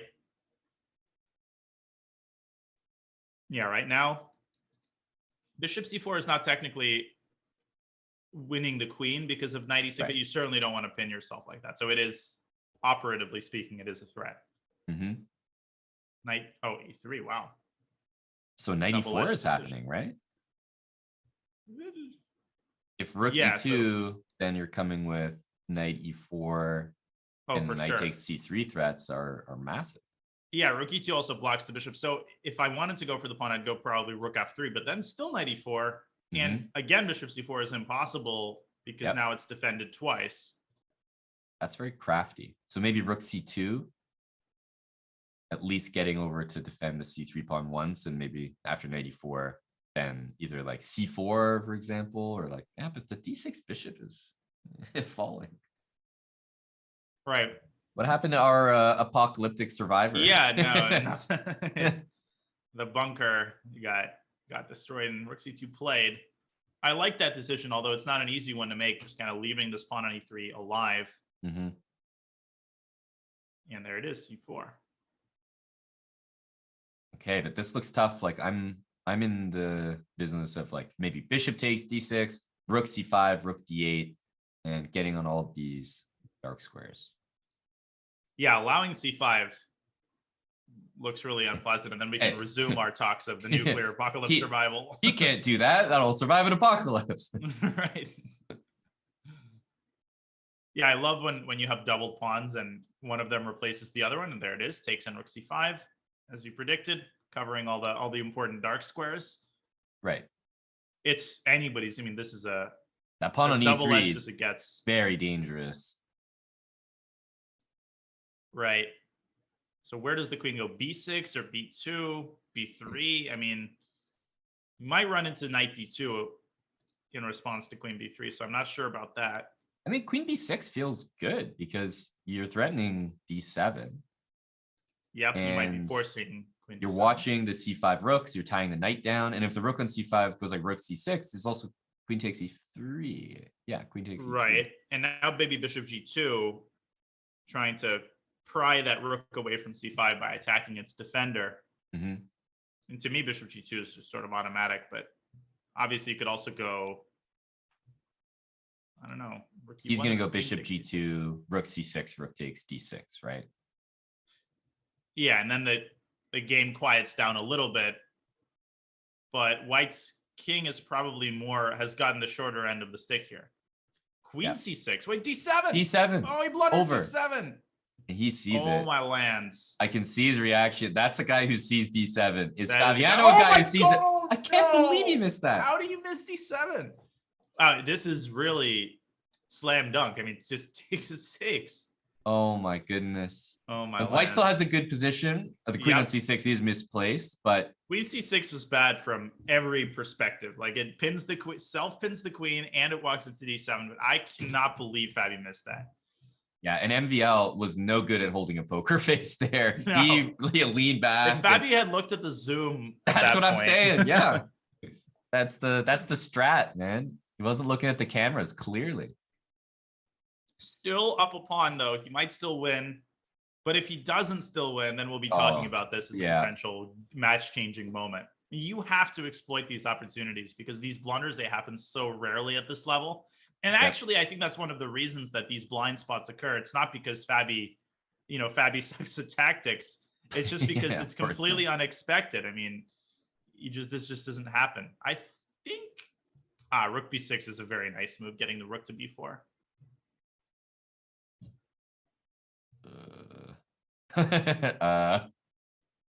I guess you have to just go like king e4 d5. He's kind of forcing your hand. Somebody in chat wants me to do Leiko talking about that blunder. I'll think about it. What happens here? Oh, that might be a very good move. Yeah, I like that a lot. Crushing. Okay, that was really well done by Fabi. King c3, rook b2, and you're faced with losing a pawn. But I don't think it's over. I think black's king is actually closer to the white c pawn than it looks. Although defending this with 16 seconds is rook a3 rather difficult. King e7. Yeah, but I think you just throw the king in front, and with the rook on a3, this is enough. I would put the rook on c3. Okay, I mean, this is still completely winning. That rook on rook on the third rank is just perfectly positioned defending. I think you want it on d3. Yeah, that makes sense. And it's just king d7 or science. Yeah. D7. Okay. I'm pretty sure. A little cleaner. Nice. Rook b4, and he's got it in the bag. That was a nice conversion. Now we can say what we want about missing d7. You still have to give credit to converting that game, because Fabi, to his credit, probably was oblivious. And thank goodness. Yeah. It's not like he saw he missed it. Yes. No, I mean, Fabi with the Dvoretsky-like endgame conversion, but missing the 1600 level, puzzle rush tactic. Exactly. Oh, and this is going to be one of those matches where you repeat the same line over and over and over again. Oh, yeah. For like 20 moves. After this match, there's going to be at least 30 more chat GMs, at least in this variation. Right. Well, and it's going to be one of those things we're going to see if you search this in the database 2 months later, you're going to see like Nepo, Nepo against Grishuk from the Russian super final. They're all going to start repeating this line. Yep. I remember when I played Kramnik in 2015 in a tournament in Qatar, he played a move that at that time was essentially a novelty in a popular Grunfeld line. And that line was repeated 3 times that same tournament. And then if you look at that line now, it's been featured. It's basically bust the line for black. So it's crazy how, you're actually almost part of opening history. You know that what this guy plays is going to be studied by tons of GMs. It's pretty awesome. I mean, it wasn't awesome during the game, but but it actually was. I was kind of smiling to myself thinking this is probably going to be repeated many, many, many more times. And at the risk of, we're in a 5-minute game. I have, I don't have a Kramnik story from playing him, but I have a Kramnik story from playing near him. And this was in the Isle of Man 2017 chess.com flagship event. And basically what they do is when a really strong player plays an open tournament, like Magnus Carlsen was playing that event, Vladimir Kramnik, when a really strong player plays an event like that, they always put that strong player on a top board. Even if their score is not indicative that they should be there, they just feature that player on the top board because they don't want to like throw him into the crowd of plebs. Like they want him on board 50, next to all the kids and the casuals. And it's just kind of like a respect thing. So what happened was he had a bad tournament. And he like drew a game and lost a game. And he had so few points given the round that they had to put him. They couldn't keep him. Like they couldn't work hard enough to keep him on the top board. So they threw him into the jungle basically with everyone else. And you've got Kramnik, who's a huge dude in person. He's massive. He's so tall. And he's sitting in this tiny little like golf ball chair in the middle of nowhere.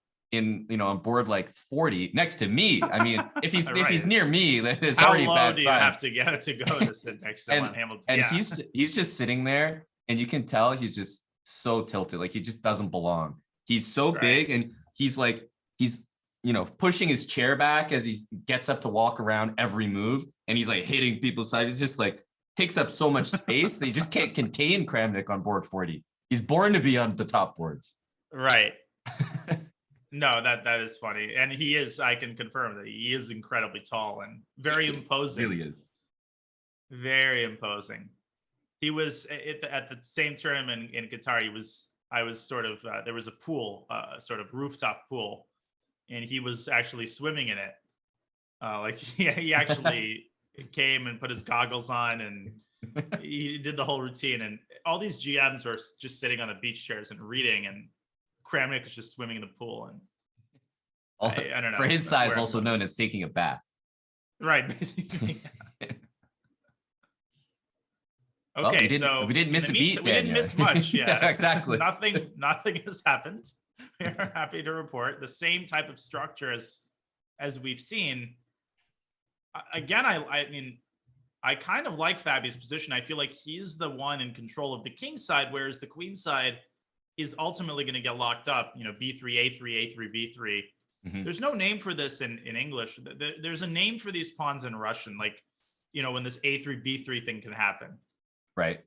Where you're always ready to meet, you know, a3 with b3 and vice versa, keeping the position closed. Yeah, it is. It feels like it deserves a word. It happens so much. Yeah, I'll have to do a translate later because I don't actually know how to translate this word. Like, I don't know what it means. I know how these pawns are called, so it'll be interesting. Okay, so is there, once again, the ultimate plan of going g5? Probably not yet. Yeah, I think you are happy to see g5 because, as you indicated in a previous game, ooh. Really? Caruana with the very bold. Ooh, gives me the fun. In my day, they would kick you out of the tournament for these kind of speculative sacrifices. But this has backfired completely. But yeah, I'm just shocked at the audacity, you know. I too am shocked. And you know what? This is one of the most annoying things. When you come up with a quote unquote brilliancy, rook takes f3 that you've worked out, and your opponent takes it and sacks the rook back one move later, you're just like, man, you're not, come on, man. Like, play along at least. Let me have my moment. Right. Do you just have to spoil everything by converting this into a positional advantage? Exactly. Now, queen c3, is there d5? I think Fabi has to go d5 because otherwise, you know, his position is riddled with weaknesses. Okay, maybe just one weakness on isn't d5 just very strong? You're threatening e4, winning, right? Yeah. Afterwards. All right, man. He goes rook c8 instead. I'm having a hard time understanding some of these decisions. I guess bishop b3 once. And if rook takes d6, there's bishop f8. I mean, yeah.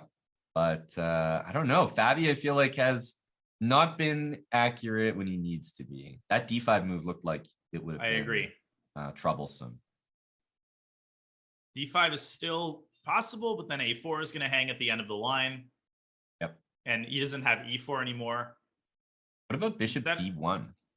I like that idea, getting rid of that.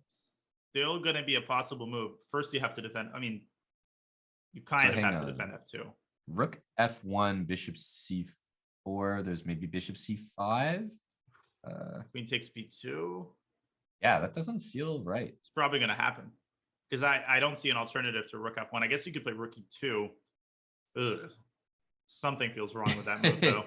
Yeah, that doesn't make a good impression. The queen on a3 is so lackluster. Yep. Although maybe rook e2, rook c1, king h2. I mean, I'm also not saying anything concrete for black. He plays it. But what about something slow? Like, does it need to be fast? Like queen d8 even, or like h5? Yeah. Like, I feel like long term, you can't guard the f4 square. I agree. Or, you know, queen d4, queen d1 is also an idea. He goes back to c8, case in point. Now, I don't know if I would play that slowly, but exactly. He's really making a point here. Check. Yeah, I don't know. I mean, rook d2. Wow, White's position is so precarious here. I mean, it's so easy to blunder something.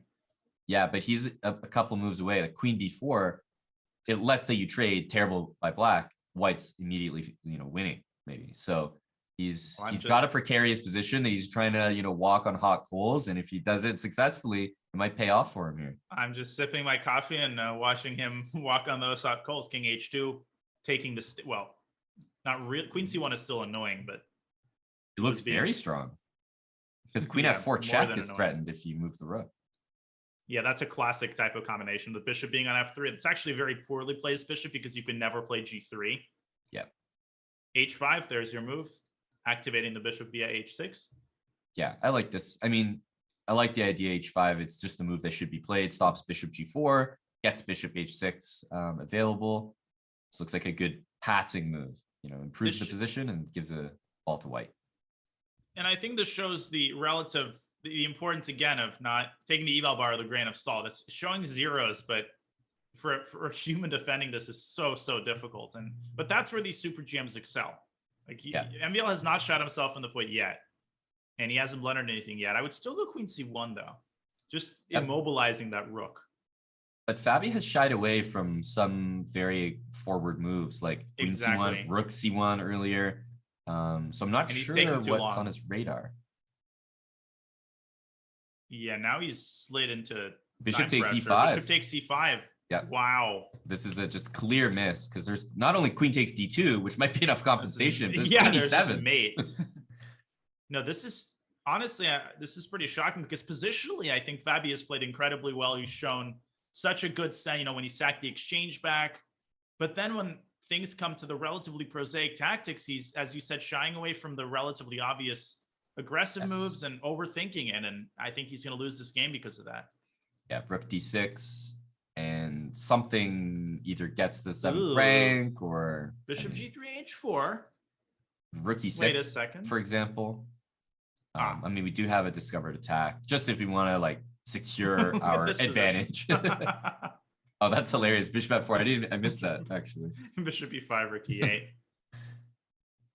Queen D4. Yeah, this is pretty good. Yep, just solidifying, and there's another exchange sack, but there's even Rook D7 check here. Oh, that's what I expected actually. Still, a little bit of care has to be exercised by MVL because you certainly don't want to lose the B2 pawn. Actually, I just realized that it wasn't possible to take on E5. Bishop F8, Rook E6 takes Bishop D6. Bishop F8. Oh, Rook E6. Yeah, trade and winning for black. Awesome line. Yeah, take E5 and take B2 actually. MVL wisely taking his time here. G4. Ooh, Queen takes G4. Okay, so he's trying to open up black's king. Fabi trying to go for the B pawn. I just don't see this happening though for black. I feel like I don't know. I think it's reasonable. Bishop B2 is always that pickpocket move. If you can get down there, take that pawn, suddenly.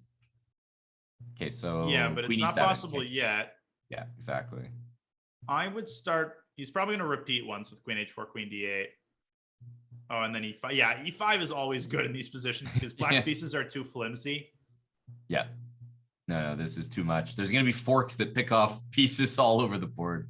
You could even go E6 and take on A4, but according to the eval bar, there's something more convincing. Maybe it's ooh. I don't know if that's convincing. It's almost a pre-move. Take King H7. Wait a minute. Hang on a second. The bishop covers A1. Whoa. Rook E2 is a very nice move. Yeah, but this is big drawing chances. Put the rook on F5 and chill. You can go Rook H5, Rook F5. The world championship. Yeah, exactly. Well, call it a day. It's a draw. It's 100%. Rook H5 and Rook F5, and you can literally pre-move it. It's so weird. Fabi, like we said, he's been making these relatively obvious mistakes and then pulling off ridiculous, like the win in the end game, the last game, and then the save here. Incredible. Yep. Oh, and this is a huge he made it look easy for MVL. Yeah, it was like there was never any issues. It was all part of the plan. Yeah, that was a glimpse into. I mean, take a look at this, Matt. It's 3.5 to 3.5. Holds like that are the difference. It's clear that this is a neck and neck match. So if you're holding positions like that as Fabi, and then you're winning the positions that you have a chance in, you're going far. Yeah, it's just got that. It's got that vibe. Wow. And Rosso Limo. And potentially, Daniel, the last match of the segment. So pretty important one as the players, obviously we could get two games here, but the games have been going down to the wire. So interesting to see that when it's tied like this, MVL switches the opening up, right? But there's your favorite knight on F7. So we have winning for some black. commonality. Actually, we have a relatively similar structure if black plays E5. Maybe even a transposition. Bishop G4. I never have really understood the appeal of this. I guess I do understand the appeal of this for black because there's all these little pawn breaks, F5, E5, and white has to make something happen on the queen side because you can't rest on your laurels forever here. So Daniel, can you explain I don't understand, so I need your help. Why did black play bishop g4 to d7 instead of bishop d7? It makes no sense to me. I honestly think because in the Rosalimo, oftentimes white plays h3 to prevent bishop g4. I think here specifically, the trade of the bishop for the knight favors white, partially because the c pawn would be hard to defend.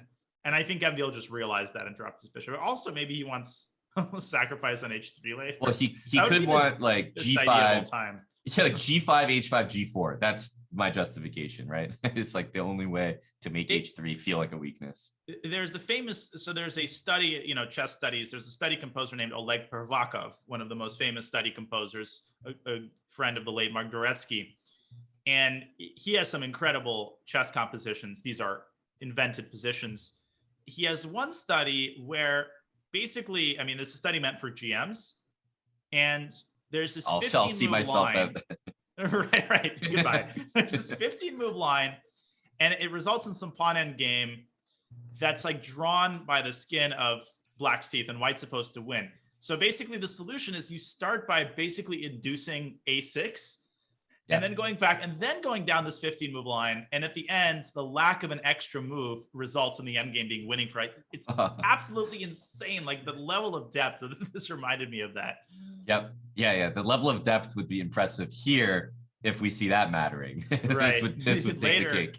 Mark my words. I think we're going to see h3 mattering. I don't know who it's going to favor, but I think it's going to become important. Now, will MVL go d5 here?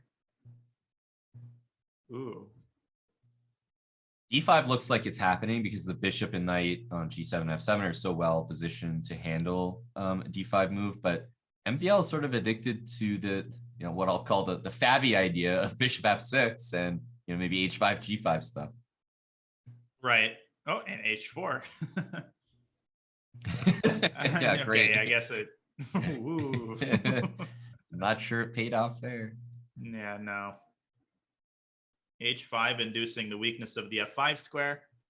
Yes, usually knight h2 in these positions. Oh, there we go. Like this again. Queen f3, e2, knight g4. Or yeah, exactly. Queen e2, knight g4, f3, knight g4, and getting all over those light squares.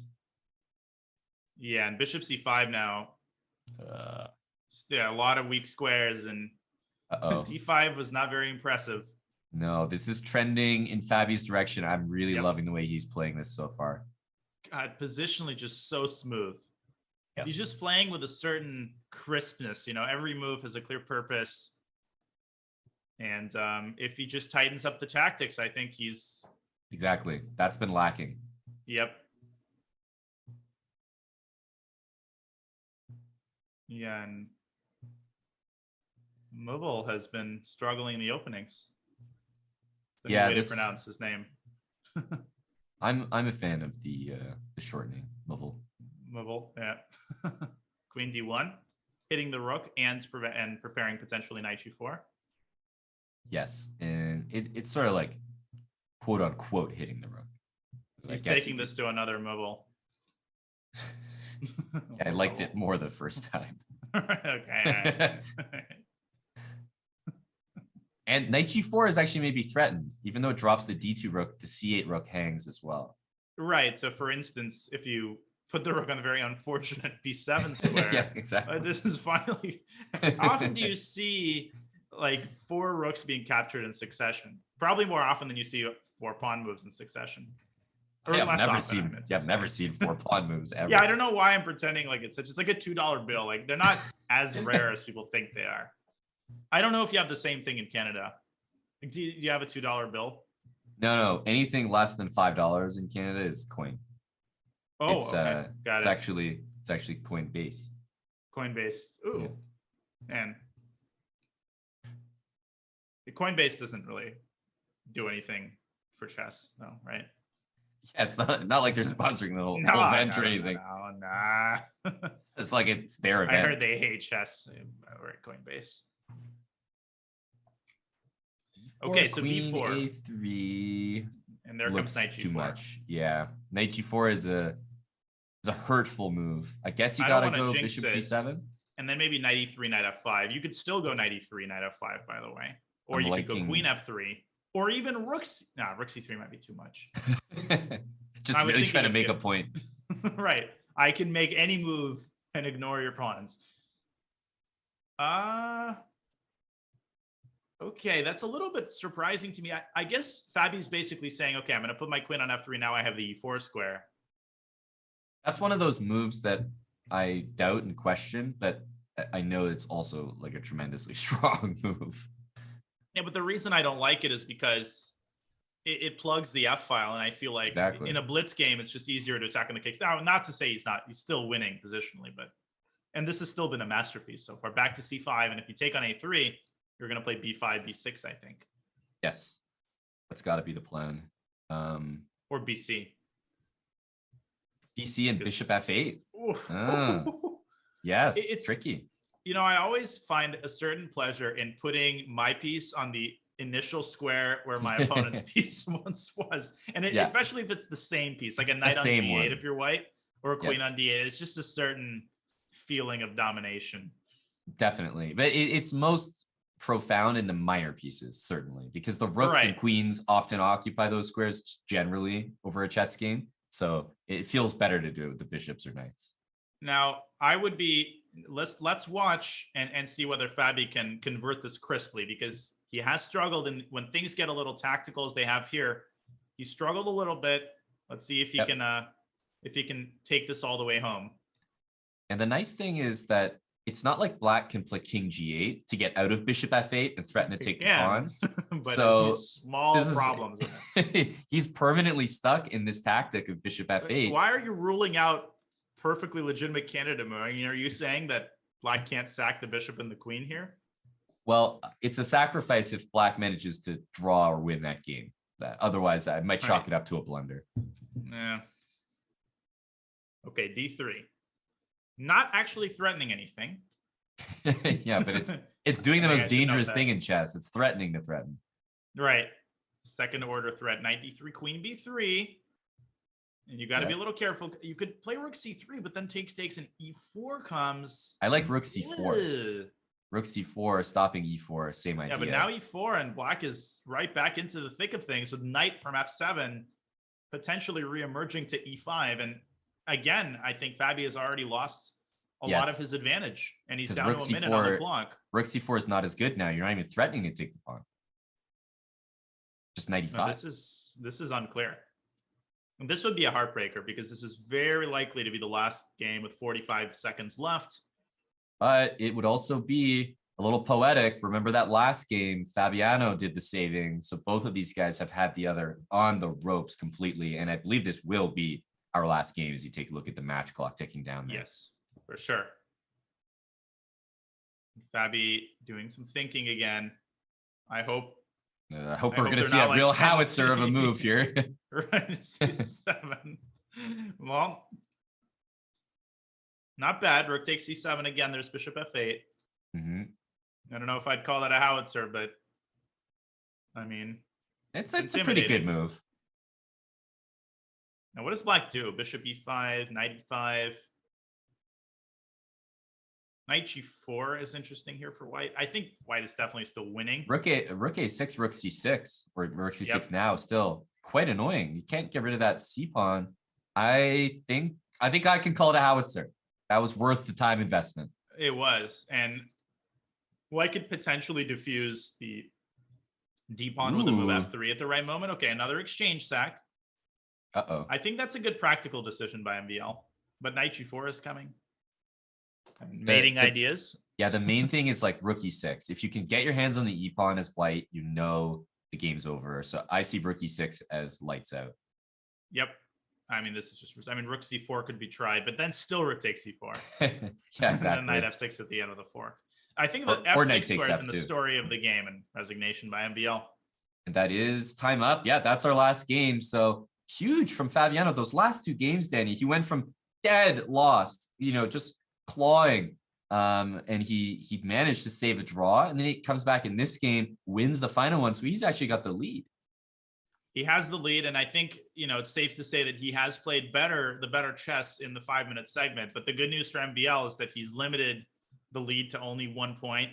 Nothing has been decided yet, and I think MVL is happy that there's going to be a transition to a shorter time controller. He's going to try to prove his blitz superiority. Yeah, that's exactly what we have to look forward to. 3+1 is coming up. The players are going to take a break. We invite you to do the same. We'll be right back with a 3-minute portion of this Speed Chess Championship presented by Coinbase right after the break.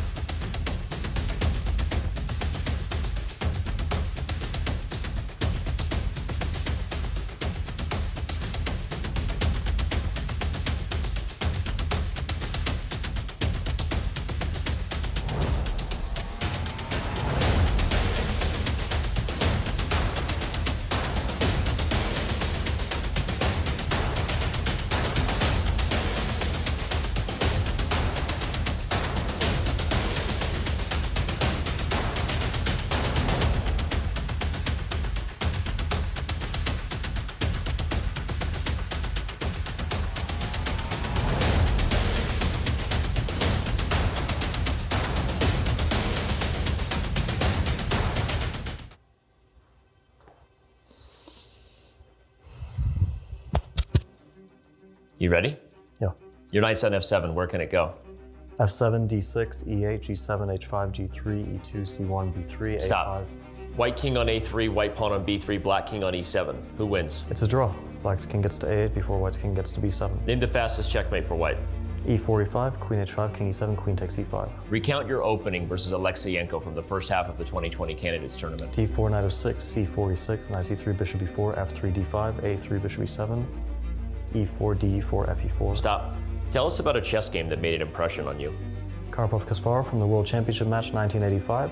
Kasparov's octopus knight on d3 controlled 8 squares in the enemy camp and allowed him to become the world champion. There's a knight on e5. What squares does it attack? f7, d7, c6, c4, d3, f3, g4, g6. Stop. How do you do this? Visualization in chess isn't difficult for me. It just comes naturally. Where does crypto come from? Honestly, I don't know. Can you tell me?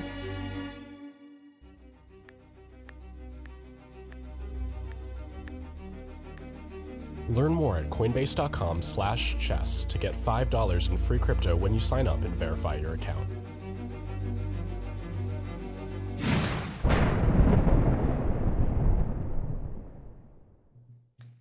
Welcome back, everybody. Dania, we are done with the 5-minute portion, on to the 3-minute. I think, based on the Smarter Chess prediction, I'm not so sure that they might have expected Fabi to win the 5-minute. But how about you? Were you surprised by the result? Not particularly. I mean, again, I can't emphasize enough that Fabi he was never bad at blitz to begin with, and he's only gotten better. So he's played excellent chess. His opening preparation is nothing short of amazing, and that bodes very, very well for his blitz success. As we look at the Smarter Chess predictions, well, it predicted a 2-point win for MVL in the 5-minute portion, and it's predicting a 1-point win in the 3-minute portion. That, I think, might be closer to reality. I would give a small edge for MVL in the 3+1, but nothing more than a small edge. I don't think we're going to see any blowouts in any of the segments. Yep. Yeah, I would tend to agree. And we see the 3-minute portion is underway, and no different from the 5-minute, it looks like, to start off. Ooh, now they're following E takes D. Oh, okay. E takes D4 and knight B4 is okay. So now the move is E takes D4, B5, and bishop G4. My game with Fabi went H3 instead of knight F1. Yeah. They're clearly up to date, following some of the greats of our generation. Oh, absolutely, following the opening experts. But I know that the move here is E takes D4, and after B5 and bishop G4. Right. Okay, bishop G4 immediately is also decent. let me provide you with the move bishop takes c6. I mean, hey, if you're telling me b5 was the move, I'm playing bishop takes c6 here in a heartbeat. I think bishop takes c6 is a small edge for white, and I would never presume to correct or suggest that I know more about anything than Fabi, but this very specific opening, I think I spent 4 or 5 hours preparing. So I feel like this is the one opening I can tell you a lot about. Well, I don't think anyone's in a position to correct Fabiano after that Coinbase ad, Dania. No. God forbid. Vast knowledge Knight A5 on display. Now I'm pretty sure knight A5 and C5 is an idea here. I like that. This even can look like a Benoni, pretty quickly. Knight A5, C5, knight D7. We've seen MVL handle those positions quite well. I have a funny story about that. A couple of years ago, I was analyzing a Ray Lopez line with a friend, and we were lamenting. It was a structure like this after C5, D5, and the computer was showing a decent edge for white, and we thought, man, this is not so good. We need to find something else. And then he said, wait a second, we just need to think about this like a good Benoni, because Benoni is basically losing for black. And this is only slightly better for white, and it's a Benoni structure. So we're both kind of King's Indian Benoni type players. So we just reconceptualized it as a good Benoni, and all of a sudden the position started to look amazing. Exactly. Just it's all in the eye of the beholder. It's all about how you look at it. Perspective, guys. Glass is always half full. Always look on the bright side of the Benoni. Which there often isn't. So yeah, exactly. We've lost MVL, right? He's sort of sunk into his bed or his chair. He's hit an iceberg, yeah. This definitely looks more, I'm getting bed vibes from this, not chair. Yeah, I mean, I could never play from the bed because my computer, my laptop will overheat. But I can see the appeal of that. I mean, yeah, when I try to play from the bed, then I lift my computer up and it's like 800 degrees. I think people can relate to that. Oh, yeah. It's just seared a hole in your pillow. Right. But then actually it is pleasant. It's like a pillow warming service. Right. As laptops were designed to be. Right. Generally, a $2,000 service. Right. Yeah. It's like that, Juicero startup from the Bay Area a couple of years ago. Remember that? It was this scam where it was one of those like $600 juicers. But then somebody discovered that the juice packets that went with it, rather than feeding it through the expensive machine, you could squeeze it by hand and make the same exact juice. So it was a big thing at some point. Yeah, never heard of a Bay Area startup being a scam. Yeah, couldn't be. Okay, so white is up a pawn here. Obvious compensation in the form of a weak king, but I'm not sure it's enough. White's queen is very nicely positioned here. It's guarding g5. White is definitely objectively better here. Fabi now down to a minute as well. Yeah, and things like rook c6 come to mind, hitting a6 and g6. If the queens ever trade, white is laughing. Right. Rook back to d8. I feel like queen g5 makes a very good impression. And the pawns start to collapse. No, I would definitely take it and go knight f4, knight d5. Ugh. Yeah, this is, as I said, white's laughing. Currently, white is laughing. Yeah, up a juicer and up a juicero, should I say? Up a juicer and looking to squeeze out the advantage. No, this is losing, I think. Rook d4 may be a nice defensive move. Hitting the 4 pawn you can't take because you lose the knight. Accuracy still required by white. Rook c6 feels correct. Yeah. Ooh. Yeah. Kebabbing the pawns on the 6th rank. Just put them on the skewer one after the other. King f7 needs to happen. Yeah, it does. Now, the funny thing is, yeah, rook a6, f takes e4. Somehow white seems to be winning all the pawns, but he's not quite doing it yet. Bishop e5. And now if you go f4, there's f takes e4 hitting the knight. Ooh. Right. If Fabi climbs out of this, it's too much, right? It's right. I mean, he's very close. And by the way, material is almost equal here. He's only down 1 pawn. Rook e2 and bishop d4. Yep. And rook e2 also tries b2. Black is winning. Mate. Yeah, rook takes exactly. f2 mate. It's actually perpetual if you allow rook takes f2. Is this so how just do you draw? Get out of it? Knight e3. Oh, knight e3. King f3, but then takes in rook h2. And again, it's anybody's game. Yeah. Now, white is not really risking with his king being so close to the pawns, but... Correct. Yeah, actually, black needs to be very careful. Very careful. So is it king g3? Or I guess you don't have to. You could just go g3, h2, and b3. And I think black might be losing. I think h3 was a mistake.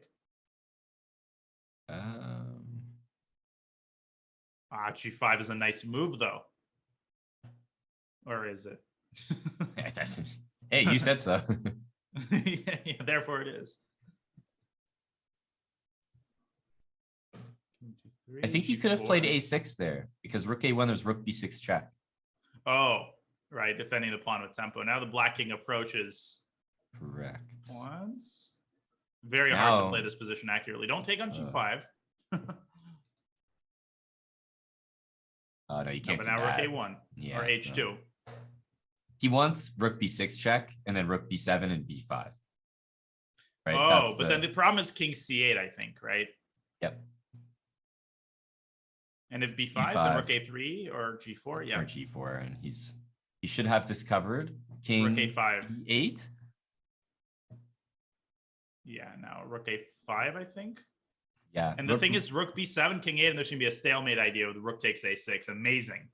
And that's why he had to play king b8. If he didn't play king b8, played rook a5 first, God. a7 would have hurt.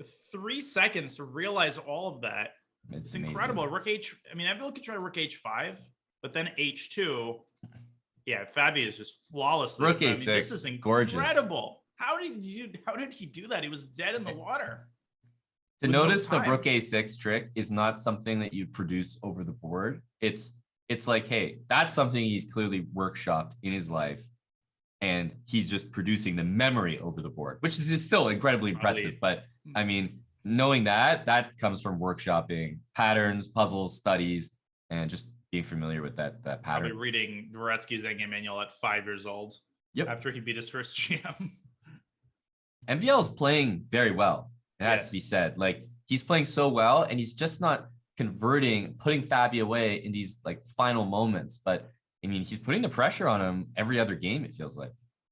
Oh, for sure. And it's good to see Hess in the chat, by the way, although I'm glad to be commentating with, a professional for once. Yeah, Sorry, he's just looking in from the outside. He's got the the sleeve over the wrist, and he's dusting off the fog on the window. Right. We're just having a great time in here, smiling. It's like, feels bad, man. Indeed. Man, I don't know why I'm so mean to Robert. He's nothing but he's angelic. And I'm just, I'm just being a jerk. I don't know. Now you're doubling down on it. I have nothing to say in my own defense. I mean, now he's sad. Sag. Okay. The Black King is also Sag. MVL just castling and allowing G5. I was going to say, like 1 move ago, I don't think I could play castle. Like, I would rather go king d8, king c7. Right. No, I in all seriousness, that could have been an idea. A6 and then try to castle long by hand. What the hell? How is he surviving this? Can Fabi even go? I'm thinking about knight f5 ideas or g6 and h6. So h6 and then queen f4, queen f6. It's like dead. Yeah, queen f4. Resigns. King h7, still queen f6. He goes only h7 move queen first. d8. Only move queen d8. Oh, that's right. So queen f4, that's gonna queen solve d8. everything. Knight b5, knight d6 is possible. Yeah, knight b5 looks great. Knight throw some oil onto the fire. It's very important, I think, in general, when you're so very close to mating, not to get impatient, right? To realize that you can also improve your position and play a relative. I mean, this is not even a slow move. I mean, this is just slam dunk maneuver. Knight d6, throw it in there. And then there's gonna be rook takes d5 ideas in the air. Bishop h3. Yeah, bishop h3 is pretty reasonable, actually. He's definitely calculating rook takes d5, but no rush. Bishop b5, just developing. I mean, at this point, a3 is probably a strong move. Like, right. Black doesn't have any way. A6 takes and like b4, just trapping the knight. Okay, yeah, that's a pretty funny line. You almost see it on the board, but of course, he's got some space for the knight, not just over. I would go rook df1 and try to get queen b4 in with knight takes f7 as a threat. Jeez, I feel like that's a Fabi type, but just knight e2. Yeah, very like. I mean, I don't know where he's going exactly. Yeah, but it's very very yeah. Knight e4, I guess. So knight takes e5. I thought he was gonna consider, because you have f6 and then queen takes d6. Right. Some weird thing. A cool defensive idea. I mean, obviously it shouldn't work, but at least he's forcing Fabi to work for it. Oh, he takes on e8 for knight f6, e5, knight takes c6. That's good enough. Yeah. Yeah. Or queen e3. But pinning knight takes c6 looks. Yep. I guess knight takes c6, queen d6 is one last hitch, right. But then queen a4. I mean, in such positions, okay, he resigned. The eval bar wasn't a huge fan of that move, but I think it is resignable. Neither was MVL. He was out of right. And again, we have the same line: g6, d4. Rook e1, and maybe MVL will play h3 this time. Nope, he repeats the knight f1 line. Okay, so they're going right back into the whole thing. Right. Bishop g4, knight there. And yeah, we've seen this before. I think it was bishop, or was it bishop takes f3 now? I think it was. Bishop f3 and knight a5 was knight a5, yeah. Previous game. What was wrong with that? I guess Fabi did lose a pawn, but I thought it was good. It was okay. Oh, he had a good position, and without a doubt, he had a good position. So I think that he's maybe trying to diagnose it on the spot, but that wasn't the issue. Maybe there are alternatives here. Knight h5. Yeah. But I definitely like, yep, there it is. Bishop b3. But this could just be the same thing. Yeah, it could just like transpose. I would have taken on f3 first, because now white's going to have potentially queen takes. Okay, he doesn't move the bishop at all, so rook c1, rook c8. Just throw it in there. Yeah, if he's doing it, my rook c8 can't be bad. Right. But I agree with you. h3 can now be met by queen takes f3, and a takes b3 for white. It's actually not that bad. The a pawn is kind of weak on a6, and double isolated b pawns are not as bad as they might seem. Right. I mean, it's going to be important, I think, for black to get c5 in at some point. Queen d2. Yeah, he's looking for all the double pawns. Like, right. give me all of them. Give me all. I'll take him. It's like the one guy who likes the, when you order fried calamari, the big tentacle pieces. I don't know how to define them, but there's always one person who will seek those out. Give me all of them. It's not me, I'll tell you that. No, it's not me either. d5 makes a very strange impression on me. This is just amazing for black. c4 and knight d3. I don't know what just happened. That was like I think MVL needs to make some changes to his opening. I'm not a fan of the double pawns in general on f3, so yeah, I would tend to agree. I mean, this is just a free pawn on b2. I don't think you'll find too many fans of this particular set of double pawns.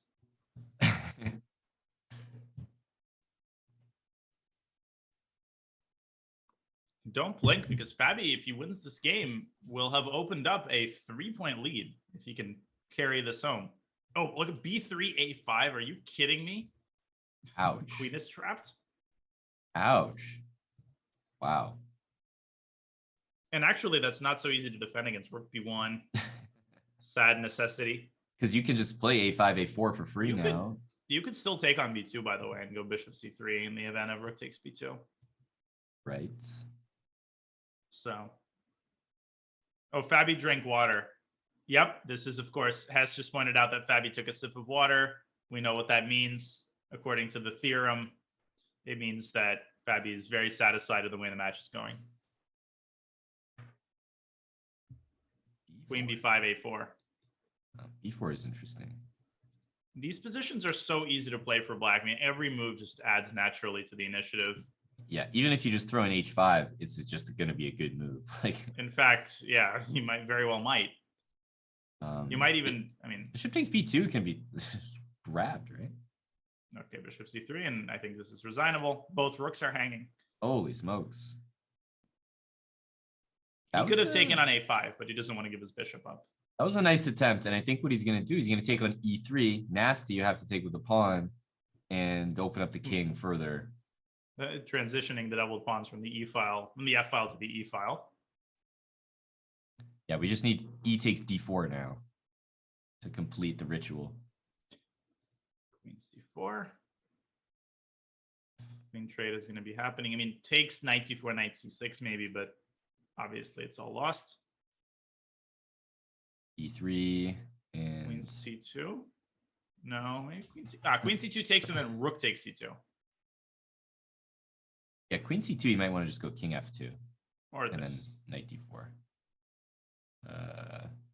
You could, and there has to be a, take c3. Ooh, 97 mate is a threat. Yeah, checkmate, mind you. Oh my God. Wait a second. Hold on a second, Amana. This is getting a little bit dicey. It's very dicey. Okay, rook e8, and it's no longer dicey. And now rook e2 is the end of the dice. Yep. Yeah, this is dead. Yeah. I don't see anything. Yeah, as long as there's no check on e7, now rook e3. I mean, d6 can be attempted here.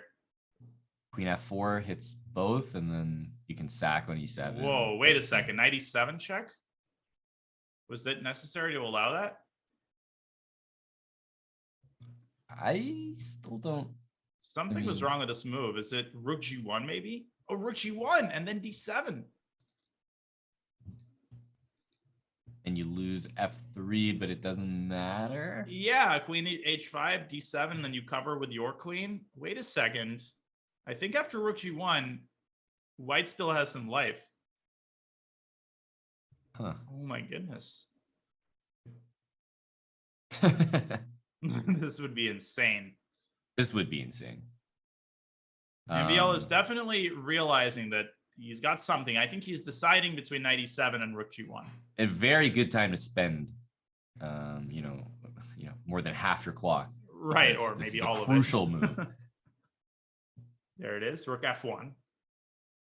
Did he mouse slip? Like, is the eval really giving mate in 60, or is it saying plus 62? No, it's saying minus. Like, wait. Well, yeah, for black. Sorry, but why was rook e2 not just played there? Like for the queen takes b3 check and then just king g7. That's what I mean. Like, how do you stop the? Whoa. Okay, I don't know what's going on here, honestly. F4, the knight on e5 is fully entrenched. Rook d1, rook d7. Wait a second. This ain't over. Definitely not. I mean, white has way more than he deserves. Oh, yeah. Anytime you have a knight on e5 with knight f7 ideas. Oh, my God. Rook d7? I would consider taking on e5 here. And definitely. Queen c3? I'm taking on e5. I'm taking on e5 in a heartbeat. Yeah. Yesterday. God. Queen c4. This is scary. Queen e1, queen e4. Okay, Fabi's going to win this, I think. Back to e5. Take that damn thing. Well, he also had rook e1 with mate, but... This is good. He's got queen trades now. Okay, he's going to win this. Yeah, rook f7. This is easy. So you can still play h4 and be like just a tad bit tricky. Oh, he's trying to get Fabi to go rook e4, and sometimes those are drawn. Yes. Yeah. No, but he's got the king out. I think he's cruise control. Yep. And right. Yeah. You don't want to waste your own match clock when there's a 3-point lead opening up. I mean, there's no sense in sitting there and waiting for Fabi to convert a position that you know will. So good decision by MVL. Very impressive play by Fabi. Again, he could be a little bit more sharp in the conversion stage, but it was enough to get the job done in that game. And MVL is going to be switching up that Rai Lopez line. I think we might see him play h3 after all. Well, let's not forget the last time we saw this position, it was probably the most one-sided game of the match. Right? This was where like we saw like g4, h4, h5. Mate, like someone just got mated. Now, there's a very important detail here, which is that if you just keep developing, if I remember correctly, there's always this trick with knight takes e5 and the bishop on e3 hangs. And in fact, that's a serious problem for white, which is why he took on f6. But now black's pieces get all this life. This is much better played by MVL than in the previous French game. Yeah, I'm thinking now, even though it looked like this, the previous game was actually Caruana. It was like bishop f5, g4, bishop back to d7, and then e6. So it looked like a French in the end. So I thought it was the same thing. It was Caruana, but it actually was a Caruana. So that explains why he's in this position. Because I was about to say, dude, why are you repeating that? But it makes sense. It's an actual different French. opening. I'm very worried for white's king. If black just goes e5 and e5 blasts is everything immediate. open. In fact, white could just lose this game in 3 moves. I think he will. F takes e5, knight g4. You don't take that pawn back. No. Knight g4 immediately, bishop g1, and then I mean, then maybe take on e5. But where's the king going? You can't castle even queenside. You've got you got more pieces in the way of castling kingside than ever before. Knight takes d4, and I think he wants knight f2 here, which is a very reasonable way to continue. Yeah, devastating. Yeah, bishop takes f2, bishop takes, and queen yeah. So this is dead. Rook sure. C8 is coming, and even in the end game, White's king is still in huge trouble. This is close to being resignable. Yes, very close. Although Is he gonna go rook jinx c3? Yeah, it's a good him. try, I think. Wait a second. I need to stop calling the games before they actually end, but you can't really blame me. I mean, it was totally winning for black, and maybe MVL played a little bit too fast. Well, I think what needed to happen was instead of bishop f5 by black, maybe throw in the move rook f4 first, attacking the d pawn, force the rook to guard it, and then develop and go to the c file. Still, Great point. I gotta say this is pretty convincing. I don't know. If White can find a way, I mean, rook b6, rook b2 is a huge threat, and White needs to find a way to address that. Maybe bishop. Are we trading bishop bishops? Okay. I think he wants bishop f3, force the bishop to f7, and then slide the king to c2. Okay, sure. Yeah, that makes sense. But you can play rook b2 first, and then bishop You f7. could. King At least I get in. Yeah, you do. c4 instead. Oh, okay, that actually makes way more sense. Yep, king c3 maybe. Okay, or this. Maybe bishop f7, d5, rook takes b3. Maybe it's time to try to convert. That would be that would be the number one thing to piss off your opponent with the white pieces. Like they're making great comeback down the, and I think we might see it. I think we will. It's so hard to face something like that because then you have to get tortured, and black's gonna have two passers on either side. Oh man, rook b3 is clinical. There it is. And white gets to pre-move a takes b3 just to show that he knew it was happening. Right. Yeah, you're not catching me by surprise. Like the endgame might have been winning even if he couldn't take on g2. The extra pawn on g2 now is just bonus. Like this should be, you guys are about to witness if NDL converts as I expect him to, why the bishop is so good with like pawns on both sides, because black is going to have it past a or b pawn and pass to g pawn as well. Yeah, and it's important to look at who has the pass pawns, but also who has the potential pass pawns, right? Because currently black has 0 passers. Yeah. But we know he's going to have at least 1 and probably 2, and that's inevitable. Although he has to be careful because you could easily play a careless move like b6 and allow knight c4, and then your pawns become stuck. That's right. Probably time to push the other pawns. Yep. And important that he's pushing g5 and not h5, running into h4. It's just you always want your pawns to be mobile, so you'll probably see him advance these pawns on dark squares. He has a light square bishop, g5, h5, h4, and then g4. e3, good move by Fabi. He's doing everything in his power. I think h4 is just, like even better clinical. reply. Knight f1 forced, and then bishop g2, and king takes c5. Oh, nasty. Oh yeah, you just over. win. Yeah. Yep, resigns. Win on the spot. Well done by much needed, right? NDL. 3-point lead, almost opening up into a 4-point lead. If he loses that one, I think that game is so crucial to keep NDL's head in this match. Absolutely, and this is going to be the last game before the mid-segment break. I mean, if NDL can win this one and bring this lead back to within a point, that would be just huge. Yep. We have an Italian, a relatively tame Italian, NBL not going for the fried liver, instead playing d3. No foie gras tonight. And this is a very tame opening. It's not very often you see, I mean, this is kind of like I just learned how to play chess development. It's like bishop c4, knight f3, knight c3, h3, a4, random, a pawn move. a3. I feel like kids particularly, I found that I've worked with some relatively beginner adults, and I found that kids have this h3, a3 thing where they always just play these two moves. I don't know exactly why. I think it gives a sense of comfort to make luft on both the king side and the queen side. Yeah, it's the anti-bishop, it's the anti-pin. Oh yeah, bishop b4, but that's right. Bishop B4, you never ever want to be pinned. If you get pinned, you lose the game. Everyone knows that. And you can resign, yeah. So it's I don't want to ever get pinned for the rest of my life this game, so good luck. We had, I've told this story before, but at my local chess club in San Francisco, where I kind of grew up playing, there was a regular player. His name was Arthur, and he was a super nice guy, actually pizza shop owner.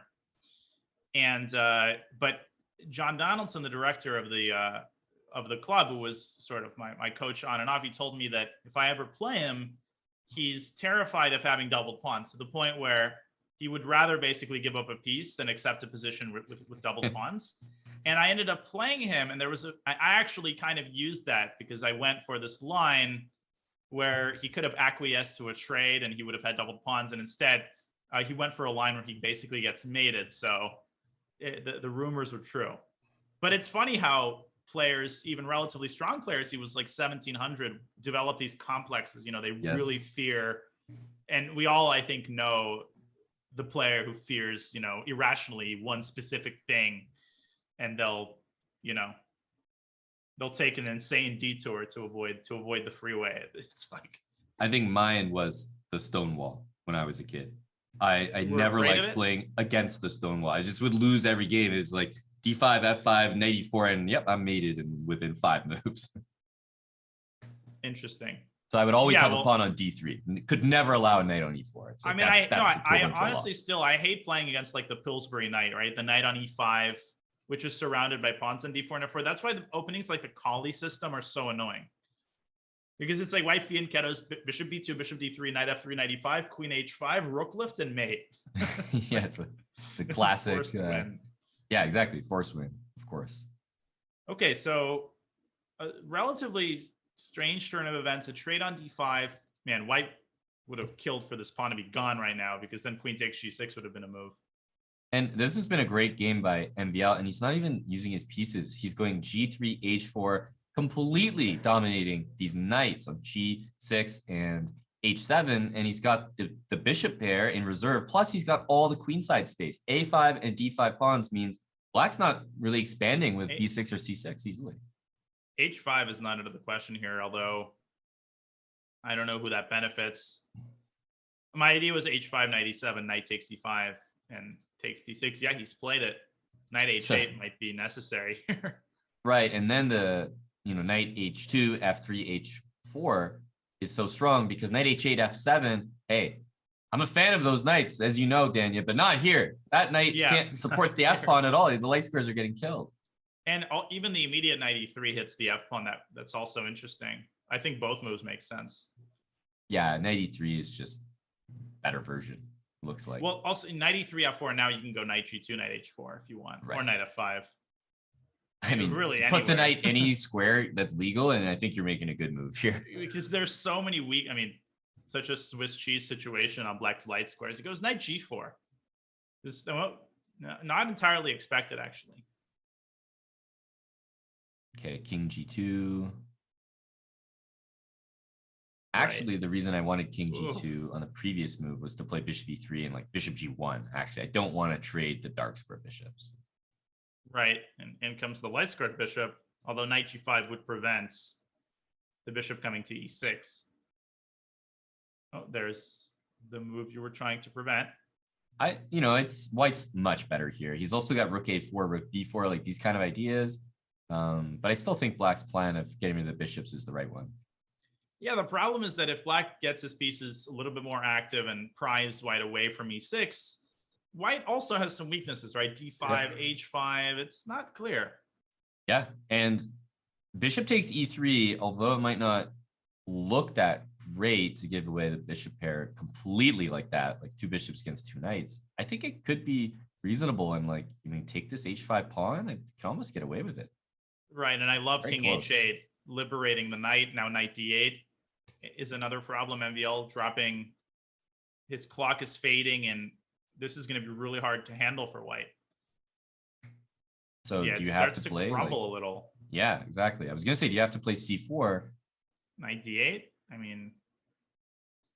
Yeah, bishop f5, and then e4, d4. Oh, and if you take on h5, you walk into bishop g6. And take on f1, knight takes f1, and you're winning something there. Yeah. In fact, bishop g6 is a very, very nasty threat. Yeah, that is a killer square. It really is. I mean, king back to g8. This has taken a turn for the worse. Still, black is still amazingly... Oh, knight e7 and move the bishop away to f5 and knight g6. And then bishop e6. the light squares, it's just dancing circles at this He point. missed it. Still knight e7 and bishop f5. I mean, that looks automatic to me. It's But at not least- quite the same. Rook f7 Yeah. now. Yeah, exactly. You have a rook Or move. rook e8, yeah. C6, here comes the black pieces. Uh-oh. Rook b8. Rook b1. Watch out for bishop d7 if you ever move that knight. That's gonna hurt. d5, b5. Okay, things have... It's total chow. Very now. loose position. Takes a6. Rook a8, rook a1, probably. I'm just gonna stay silent and watch because I have absolutely no idea who's gonna win this game or who's winning. I feel like White's probably in control at this point. He's taking e2. He's gonna put a rook on b6. This is nasty. These knights do nothing. Knight d4 maybe. Just stop the pawn from going any further. Yeah, you always have bishop e6 as well. And this should be a win at this point should for be a win. MVL. Rook b6, knight d5 still. Some uncertainty. Yep. Because you're going knight c7 maybe and taking that pawn. Anything could happen with 10 seconds. Knight e6, knight d5. Ooh, there's forks galore here. Yep. Oh. Free I move. don't know. Hey, it gets the h Take pawn. it. Took that pawn. Congrats. But Rook b7. a7. Yeah, no, this should be winning that. But where does White put the knight? I mean, king e4 is going to have to happen at some point. Or Correct. just go after the g7 pawn. Yeah, black's Yeah. got his h pawn, like, you know, as if Nice. that guy's making a As queen. if that, yeah, as if that's going to help. There's stalemate ideas. King g4, knight e3. MVL struggling to deliver the final blow here. Knight Yeah, e3. move. Knight e3. Oh, He's going to lose on time. yeah. Yeah. I was thinking maybe knight e3, f6, h2, and knight g4 check. But then you probably lose on thanks to the a pawn as well. Then. Right. Yeah, there's two. You know, the dragon has two heads. And MVL Man. succeeding in getting this back to a 1-point match. Big 2 wins as we go into the mid-segment break. Yeah, I think that without those, I mean, the 3-point lead opened up. So we did see a surge from Fabiano. He was up 7-4. But before the break, I mean, I think both players are happy because MVL is back in the match and Fabi probably needs this break to just, you know, stop the bleeding. He's up by 1. We will be back with the rest of the 3+1 portion right after this break. Stay with us, guys, on the SCC presented by Coinbase.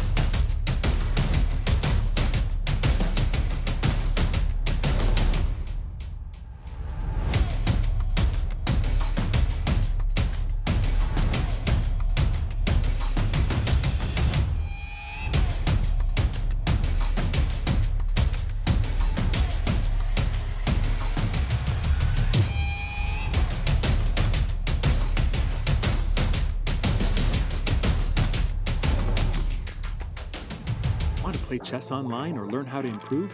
Join us at the #1 chess destination in the world, chess.com. With thousands of people playing at any moment, you'll quickly find a game with someone at your level, whether you're a beginner or a grandmaster. Chess.com makes learning fun and easy. Sharpen your tactics with puzzles and enhance your strategy with our lessons by top masters. Learn from your own games with our easy-to-use analysis tool. Chess.com has everything you need to take your game to the next level. Signing up is free and easy. Join chess.com today.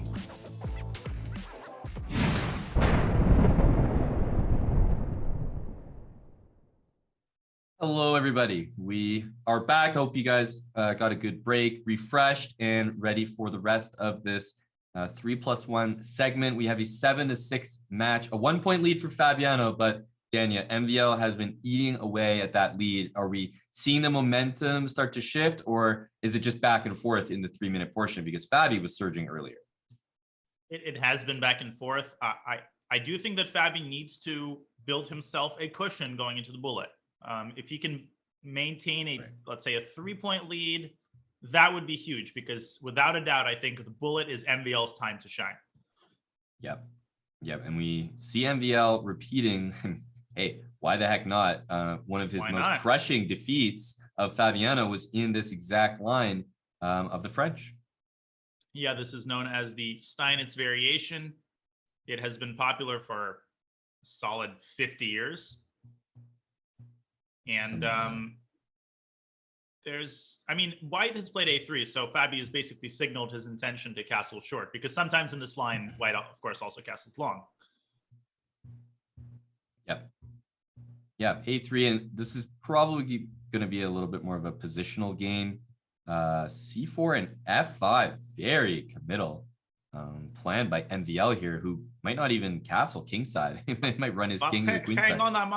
Hang on, Aman. I don't really know this move F5 by Maxime. It's very good, but hang on. After he takes F6, I think White is going to win this one.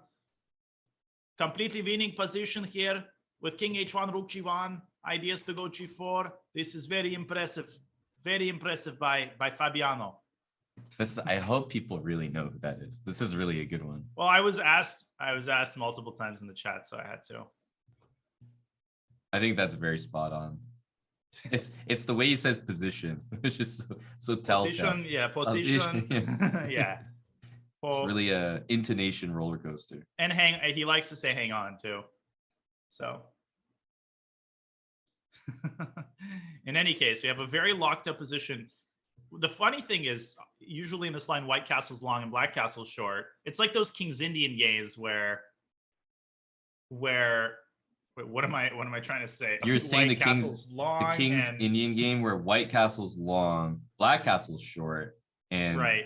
Even though Black's the one that's launching maybe the pawns at the White queen side, yeah, that's White right. is returning fire with like B4 C5 and doesn't care. right. Like, yeah, bring it on, man. This is my side of the board. And here we go. A5 is coming, and White is in trouble if he can't get something to happen on the... Okay, Knight C3 is a nice prophylactic move, preventing A5. Yeah, both sides are looking to expand in front of their king, which is unusual. Right. Queen D8, very much a cat and mouse kind of vibe here, with both players trying to posture for position in preparation for obviously the position to open up in one of several different ways. Who's going to strike where? H6 looks like a nice way to maybe just potentially want to play G5. Like as Black, I'm playing H6, G5 pretty much. Absolutely. And he's getting the bishop instead for the time being from E8 to H5. Now, Black is definitely in charge here, actually on both flanks. Yep. And Fabi's still flirting with the prospect of going... I don't know about that trade, though. I feel like, an H5. So MVL basically saying he's happy to accept the locking up of the queen side, of the king side rather, because he's banking on going A5. Yeah, this is one of those things that like will make infinitely more sense to a human than a computer. The computer is like smacking him around going, dude, you just lost everything you worked for in this game. But I get it. He wants to say like H5, H4, good luck on the king side. Meanwhile, at some point, I will be able to play A5, and that move will get punched in. At some point, Aman, you're going to have to give us a sneak preview into what's going on in Fabi's head. You're gonna have to give us the live look. The look in. Yeah, and Fabi's intonation has changed a while. So just like you, I'll bank that one and bring it out when people least expect it. Fair enough. And by the way, speaking of posturing for position, rook GB1 and maybe A4 comes. I mean, black falls asleep. The opportunity train in regards to A5, I think, has kind of passed. Because remember, there's going to be some weird position where, A4 happens. And then if you take on B4, at some point, the C4 pawn might hang to some pin from the bishop on F3. Like take on A4, knight takes, rook takes. And suddenly taking on B4 is kind of taboo. Right. And this is like the deal or no deal game where, you were offered a great deal, $500,000, and you decided to open the case. And then you're like, okay, I'll take you opened up $1 million and now you're going to try to go back, but there's no going back. This is a disaster. C3 and C3. Oh my goodness. And eventually that bishop could return to A4. I mean, this is just. Got to go king C7 now. If rook A4, A5. There's 94. 94, yeah. Even this is not so bad, by the way, for one play. Yeah, it's playable for sure. But there's really no rush. Although black could still go A5 and meet B5 with knight A7. So it could still be an issue. Maybe queen E1. Right. Don't sleep on the H pawn. It is a pretty kind of, lame prize. It's like, you get a lotto ticket and then you win a book or something. Right. Well, depends which book. I mean, mastering positional chess would be a better prize than, millions of dollars. That's Rescue's endgame. Right. Manuel, I mean, come on. Let's not kid around here. It's like when you get a goodie bag and you think it's going to have some good stuff, but it just has, like the lamest. Like, what's that thing called? The one that what is that called? The one that's used at parties and it makes a noise and you blow into it and it extends. I could really take this in so many directions.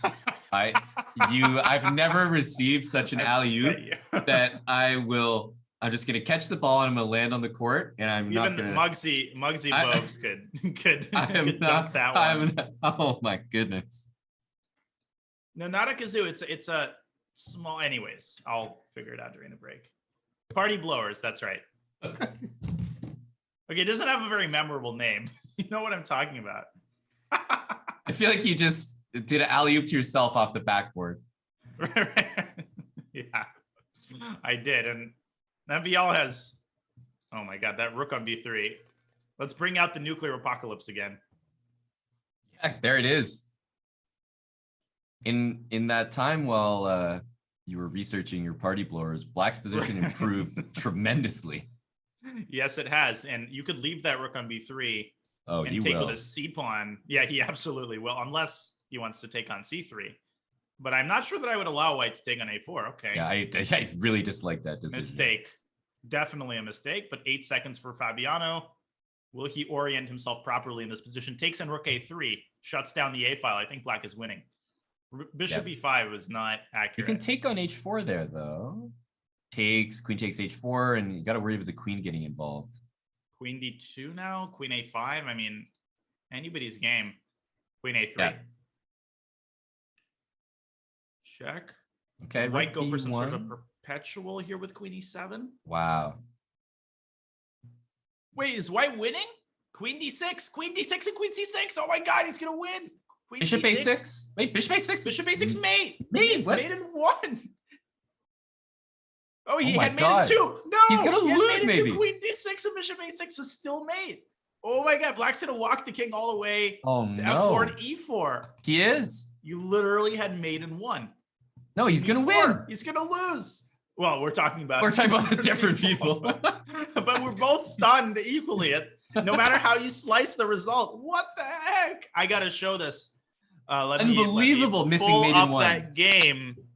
There's no sugarcoating it. Bishop A6 is also a pretty common pattern. I mean, of course, it's easy to say, but let me just give you the instant replay. Oh my God. This looks like a perpetual, but no, it's winning for white. Bishop A6 mate. And what makes this worse, Simon, after Queen C6, okay, you can go queen back to D6 yes. and then give the mate. You can also play queen takes e6 and then still have the mate and then later. Still go queen d6. And probably if you do that, then taking the knight would be better. So again, no matter how you slice it, queen b6, king e7, queen f6 mate, same mate. Right. Wow. Incredible. Now, it has to be said, that's not the only one, right? Didn't Fabiano have another, like, I feel like he had another crazy miss earlier in the match. It was like a tactic. He missed like a really simple tactic, and now he misses a mate, and I can just count the points that he's throwing away, and you add that to the match score, and I think you could paint a pretty unfortunate picture as we get towards the bullet portion. Right. Okay, so let me just pull up the current game. There we go. And we have an Italian, sort of a typical Italian position here. Oh yeah, sorry, just reading the chat. Thank you guys. D7, right? After queen c6, d7, just queening the pawn. He missed pretty early on in the match. Oh, okay. Which was, a pretty easy one for his level. Right. Wow, a heartbreaker for Fabi, who he's kind of losing the thread here a little bit, although the match is still tied, but he has to stem the bleeding. And again, I think ignorance is bliss in this case. He probably doesn't realize he missed mate in one. If he did, that's all he would have been thinking about. Yeah. There's nothing more debilitating. Have you ever missed mate in one in a over the board game and lost or drawn? I don't think I've missed checkmate in one, no. But I've certainly missed I'm probably missed like mates, just not mate in one. It hasn't been staring me in the face, but probably some combination of checkmates, definitely. I missed when I was 2000. I saw a mating combination that was brilliant and finished with a queen sacrifice. And I decided to repeat moves once to get the time control, which is verified, but I saw the idea. And I didn't realize that I had previously repeated the position. So I accidentally repeated 3 times. And I literally jumped out of my chair when my opponent stopped the clock. It was so heartbreaking. And then my coach decided to rub it in. My coach obviously got so mad at me for that. You can't allow this. And then he said, if you had played this combination, I would have sent this to New in Chess. And this is such a brilliant combination. You would have gotten published. And he just had to add, he has to rub it in a little bit because it wasn't enough. The self-punishment wasn't enough. Check the inbox so you get an email from New in Chess. Hey, Dania, we're not going to be publishing your game. I just wanted to let you know that we would have. Right, exactly. We already mocked up, just like the Dewey wins. Had the whole full page edition. We had to redo the entire journal because you repeated the position, but don't worry about it. It's all good, man. It'll come around, won't it? Again? Right. Another very locked position here. And again, I'm not sure who's in charge on the king side. It's got to be black, right? I mean, with h5 coming at some point. Yeah, the position never really scares me, I have to be honest. Like with f3 so well protected and the light squares, I find like pretty much all of black's king side stuff here to pretty much just be hot air. So but that coach was one of my favorite coaches, by the way. I worked with him for several years. He was awesome, but classic Soviet style coach. Yeah, he's one of my favorite people. That's the great coach, but one of the worst to have when you miss something like that. Oh yeah. No, Armin was huge faux pas. Yeah, because he cares so much, and it's almost like he missed the combination. Exactly. It comes out of love. Okay, so the knight is loving these dark squares. Both players maneuvering, white trying to evacuate the king from the king side. This might be a draw just because neither side can make progress, or it might explode. Dania dropping some real truth bombs. This might be a draw, or it might explode, and then it wouldn't be. White might win, it might be a draw, or black can win, in the words of the sage. I find the move f takes g4 to be pretty incredible, by the way. I would have probably automatically taken with the h pawn. Because h3 is a clear target for black now, and knight f4, you just always have to put up with, kind of aesthetically speaking, the fact that a pawn could end up there like a pass pawn. So right. Although if strange, you do it prematurely, and white's going to blockade it with a knight, and this is like a dream scenario for white. So you kind of want to keep your finger on the trigger here, and classic example of the threat being stronger than the execution. And we have those pawns just to bring it back once again, right? A6, B6, and B6, A6. Oh yeah, I still need to translate that. I promise I'll get it done. Rook F6, Rook HF7, and we got the Alekhine gun here. Now A6, maybe? This is the actual Alekhine gun because the queen is behind the rooks, I think. Yep. As it was perfect designed. Arrangement. Bishop E7, maybe. I mean, queen takes G5 needs to be dealt with. Rook F4 is also possible. It feels like knight F4 could be done now because after you take with the rook, there's no knight F3, there's no rook F2. It's like at least you're playing like rook F1 there, sort of making some threats. And I think ultimately the plan after knight F4 takes, it could be to go after the A pawn, and that's how you try to overextend white. You go bishop D8 at some. Okay, maybe that won't be necessary, but I think that's an idea. I like bishop D8 as a general move. Oof. Feels like a great square. Rooks are just all over white's position here. But is there where's the win? Wait a second. Black could lose this. In fact, I think he just blundered a exchange for no reason. He definitely did, but now he's going to put the rook back in and say, okay, wait, remember that draw? Let's give up the other one. We might as well. Remember that draw that we were going to agree on? I'm cool with that now. Right. Okay, fine. I'll give you the draw now. Yeah. You're twisting my arm. Right. King A4. E5. E5. Very important move. Yeah, you just play it in your sleep. Queen E2, Queen E4, and I think white's going to win this game. Yeah, because H4 will happen. This is so tilting for Fabi. It is. B6. Ooh, I don't know about B6 because now knight C6, but the king on A3 is amazingly safe. Black has no anchor points. Yeah, knight A5, so what? Oh, God. Oh, no, the pawns. No. Goodbye, Black King. Yeah, this is rip. Queen I like how White's King ran across the entire board. Black's King just chilled on G7, and now it's the one getting mated. Yeah, and it goes back to E5. I just want to point out again, you highlighted it, but that doesn't come, let's say, immediately to every player, and it should. You just have to remind yourself that if Black plays E5 or if Black plays knight E5, there's no hope to win. It's all locked up. So you have to play E5 even at the cost of a pawn just to generate open space because you're up so much material, but it's useless if you can't penetrate the position. Rooks are no good behind locked pawn structures. That's right. And in general, when a pawn captures a piece and repositions, there's a square that always opens up. And as you're saying, it's very important to figure out who's got control of that square. And sometimes, toss up that pawn to keep things wide open. Okay, and our first Najdorf, I think, which is, of course, MBL's, how do I even call it? It's his opening. It belongs to him. It belongs to him, and it has for years and years and years. I mean, I remember when MBL was playing it in 2005. He was already a GM in 2005 when I played my first World Youth in France. I think he was playing the under 16, I want to say. Crazy. Yeah. Oh, yeah, this endgame. Okay. Usually, just when you think of the Sicilian, you're not often complaining about endgames in general. So, yeah, this one has certainly been explored. But I feel like as white, especially in a blitz match, you're never too upset to have this. No. And I feel like MVL very quickly decided to take on F6 with the bishop. And this is a classic pawn sacrifice. Black has compensation, but actually G5 is such a nice move because if you go G3, your rook on D4 is kind of stranded. I mean, it's not very good. It's not a bad place to be stranded, but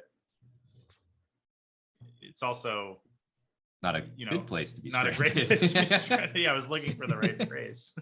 Thank you for the assist. Because this is an end game where I could see Black winning it while being down a pawn in some cases. Wait, are you sure it's an end game? I didn't realize that. Do you have any more profound nuggets of wisdom to share? Hey, there was a whole suffix to that thing.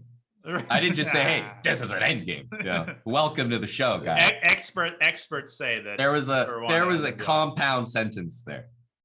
People just had to stick with me long enough, get to the end. Right. If there was a nugget there.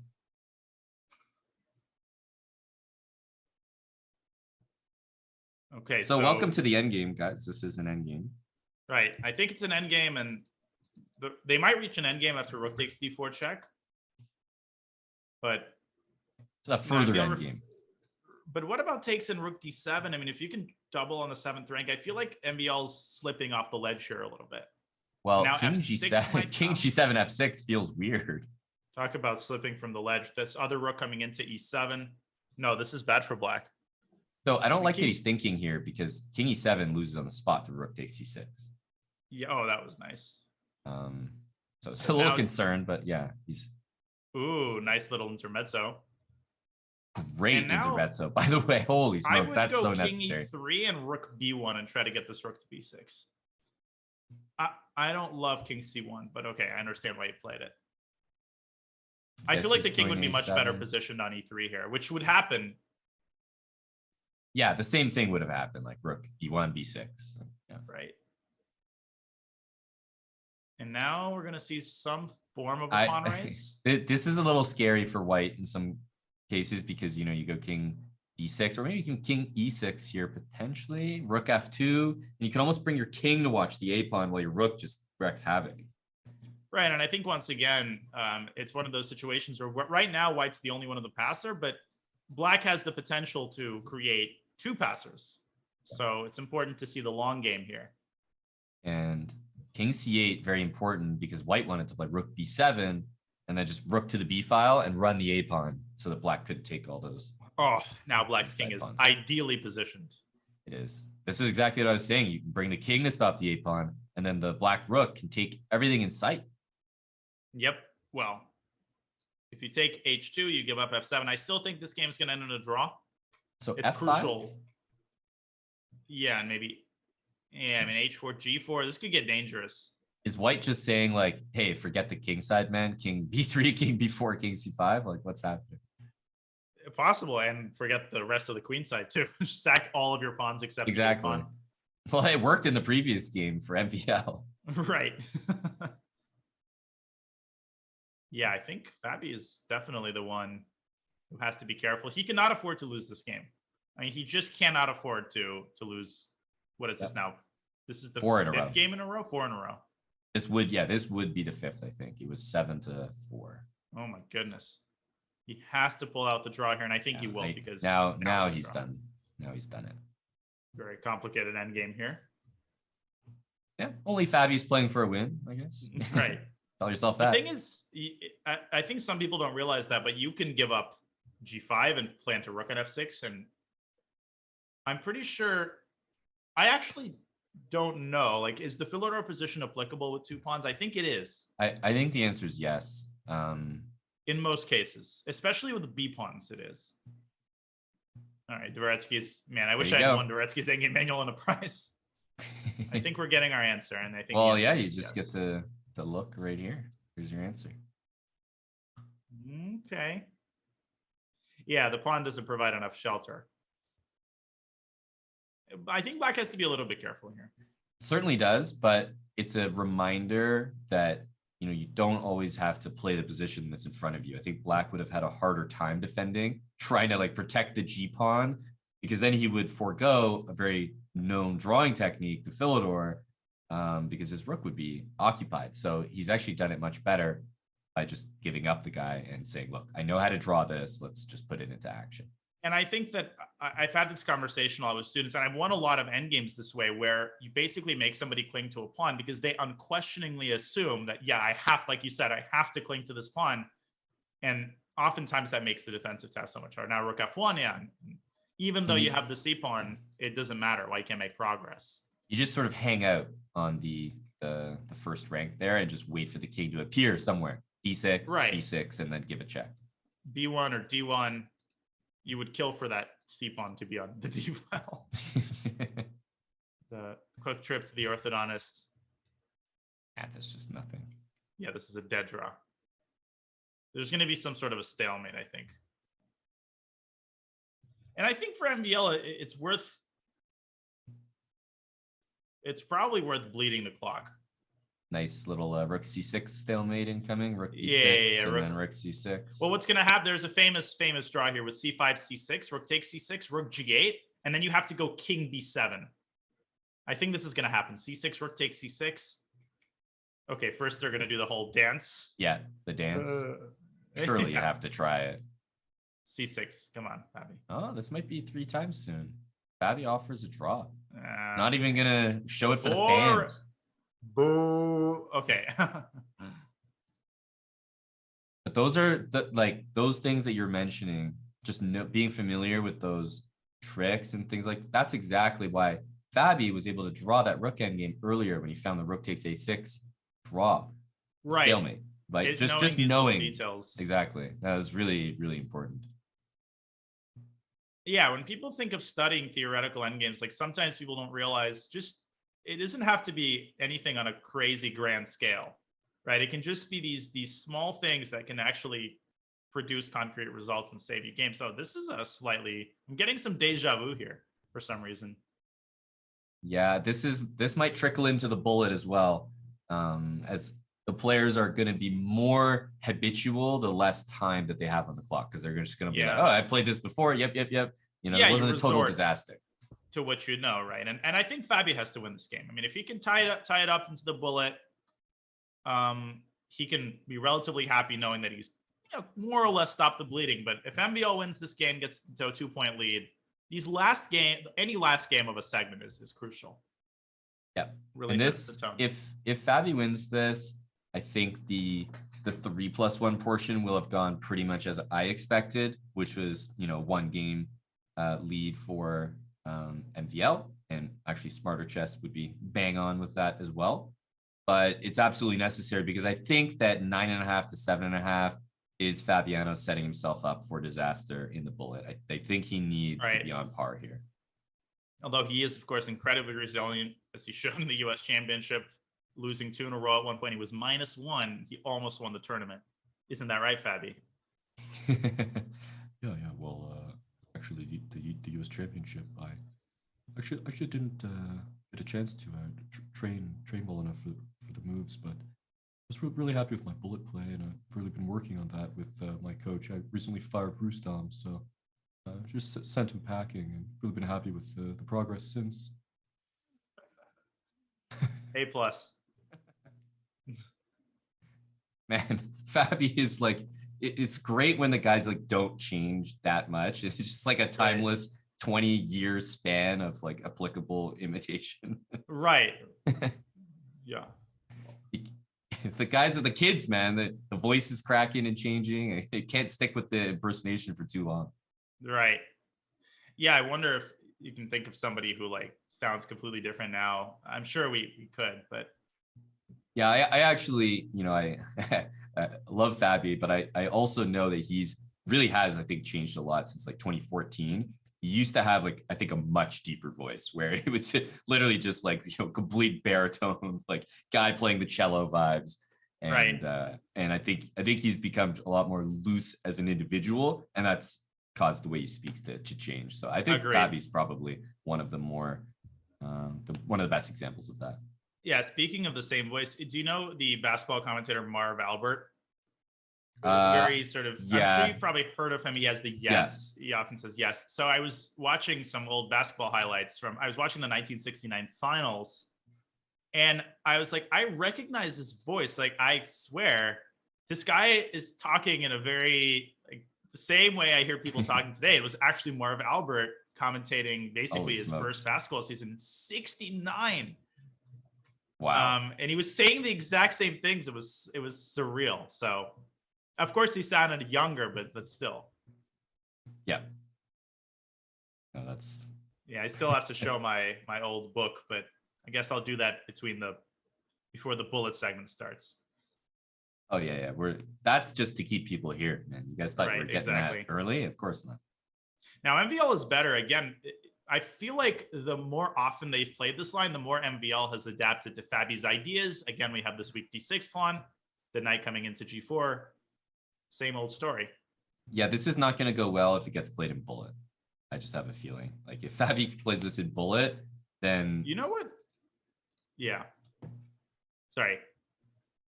Well, I wasn't really going to say anything too profound. Well, if he plays it a bullet, I don't think it's going to go well, basically. I didn't mean to interrupt you, but yeah, G4, I think, yeah, I mean, this is a pretty difficult position. I feel like my poor Fabi impression is just inextricably commingled with Nepo and a Nepo impression. Yeah, I was about to say, I get the I vibes, can't help it. the speech patterns. But again, Nepo is like, similar, to Fabi, but I think, but again, I play World Championship, but yeah, I mean, Bishop F6, so that's okay. Okay, Rook D1 it's not very good, but yeah. It's great because it's kind of like it's like a DJ.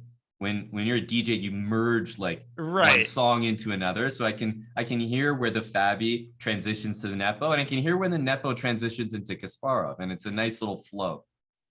Yeah, I mean it is difficult, to keep these impressions, separate. But this is almost the hybrid, between Fabi and Nepo. So. Pawns okay, are just, so this, I mean, this we've seen black is a completely one-sided game, and Fabi never got out of the gate here. No, and he's gonna go in down 2 games. It looks like unless we see another miraculous hold, but every pawn is falling, and there's not a shred of counterplay that I can see. And you can see how the momentum has shifted just in terms of the arc of the games. I felt like at the start of the match, Fabi was playing with a lot of energy, and in these last couple of games, I feel like he's just gotten demoralized by some of his misses. And this is over. A8 queen, he can resign. Queen D5, knight F6 would be a nice way to end. Oh, also the E7 knight hangs. Okay, it's okay. Rook D7, or collect all the rooks. Yeah, resignation and a big win in MVL, firing on all cylinders here as he jumps out to a 2-point lead going into the bullet. This is dangerous for Fabi, who's gonna have to put this all behind him. Yeah, he really will. I mean, I think when bullet is sprung upon you, we might see Fabi potentially get off to a good start. I sometimes I see that, like let's say the perceived weaker player gets off to a decent start, and then once the more comfortable bullet player sits down, plays multiple games, gets going, it starts to shift back. Fabi's gonna need that. Like, he's gonna have to start well, because if MBL gets game 1, God forbid game 2, we could see a landslide in the bullet. Indeed, and maybe he'll get a pep talk from our boy Robert Hess. That's right. We'll see. But he has his work cut out for him, and he definitely needs this break. Yep, and we'll let you guys grab a break as well when we come back. It's 9.5 to 7.5, 2-point lead for MVL, but we will see the exciting conclusion with the 1+1 segment of this Speed Chess Championship match between Fabiano and MVL, brought to you by Coinbase.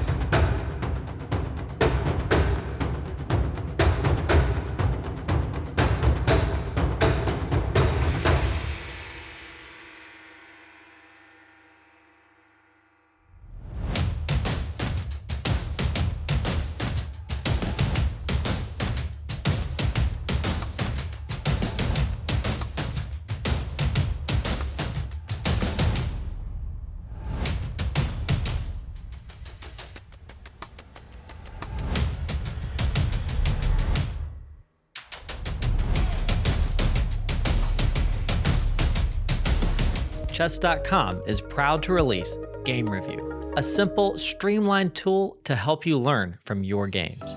Immediately see your accuracy and your opponent's accuracy and how many brilliant and great moves were played. Then select Start Review to dive into the game. Learn about the opening and get helpful stats on your performance. Retry mistakes to learn and improve your accuracy score. See why moves are played thanks to the coach's feedback and click Show Line to see helpful engine recommendations. Play a game, start review, and try it today.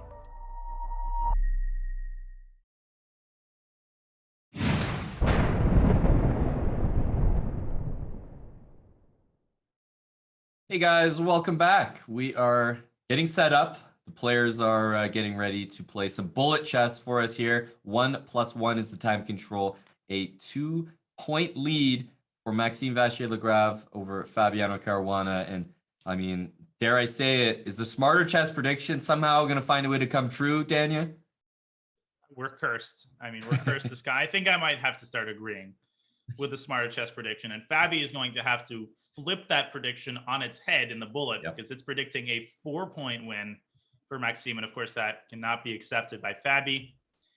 Yeah, and I think in an interview with Hikaru, he mentioned that 2 points, that's sort of that's the dividing line. You can't let it get more than 2 in bullet. I think that's very accurate. Fabi has to win this game. He's got the white pieces and a complete change of opening. We have a Grunfeld King's Indian vibe here with a very positional battle. And, he's going to have to watch the clock. But I think we're going to see a pretty impressive performance here by Fabi in bullet. Yeah, and Maxime's gone way more solid in his line. Yeah.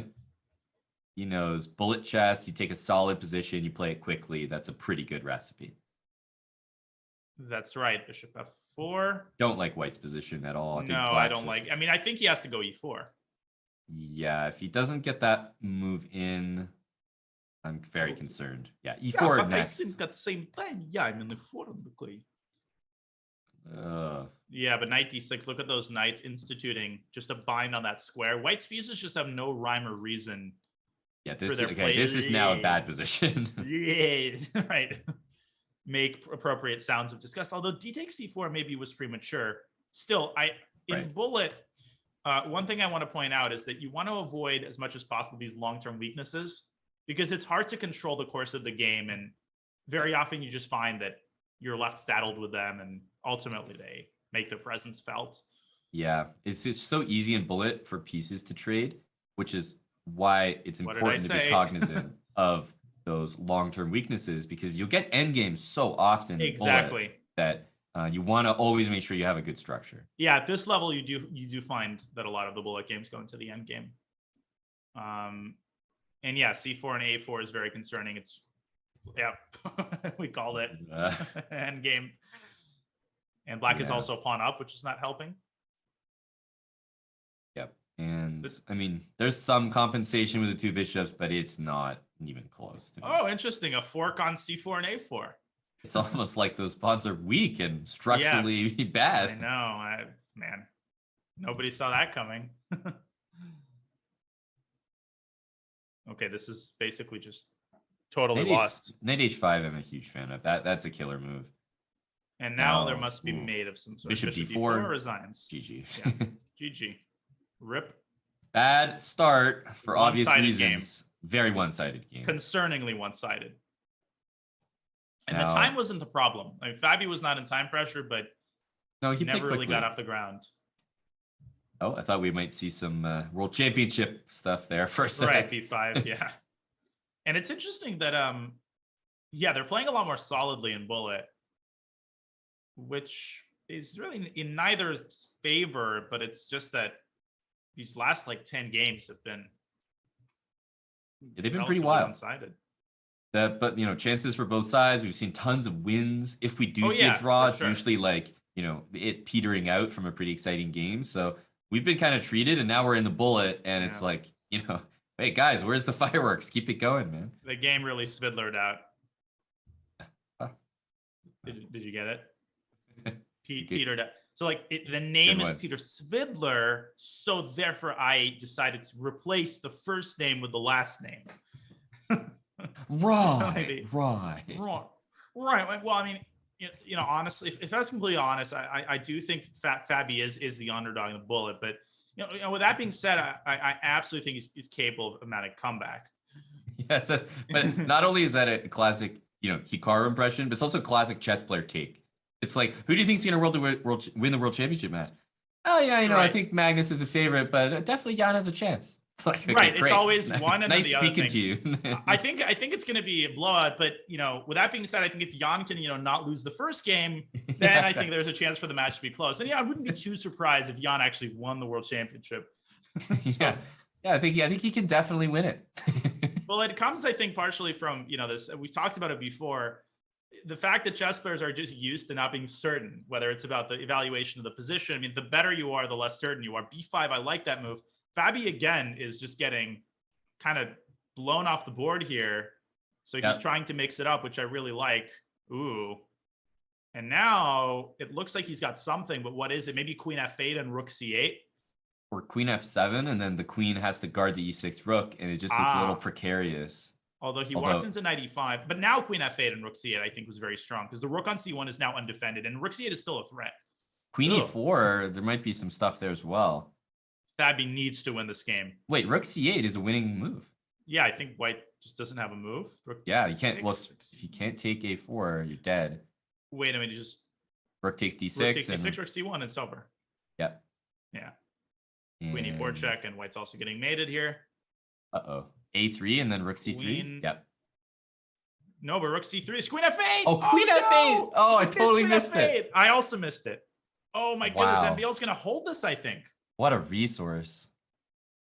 And it's still, it's still extremely difficult here, but how does Fabi make any progress? In the event of a queen trade, it's a dead draw. Like, you can trust me on that. Yeah. So I think Fabi needs to White might even waste a ton of time. Right, queen d3. Yeah, Fabi could very easily overpress here and blunder some sort of a fork. What about rook d5 to rook f5? That looks, there we go. That's something. There's winning. Goodbye. There you go. Goodbye. MVL had to play something to the effect of queen b7 there. Thank you very much, guys. Man. Yes, rook d5. That was the plan all along, actually. I totally missed queen f8. What a move. The length of the board, basically. Very resourceful, and Fabi with a crucial win here. Oh yeah, that could not come at a better time. Literally, no. Now, in such positions, often you'll see a3, b4, but I don't like a5 didn't happen by black. I don't like this as a bullet choice by white.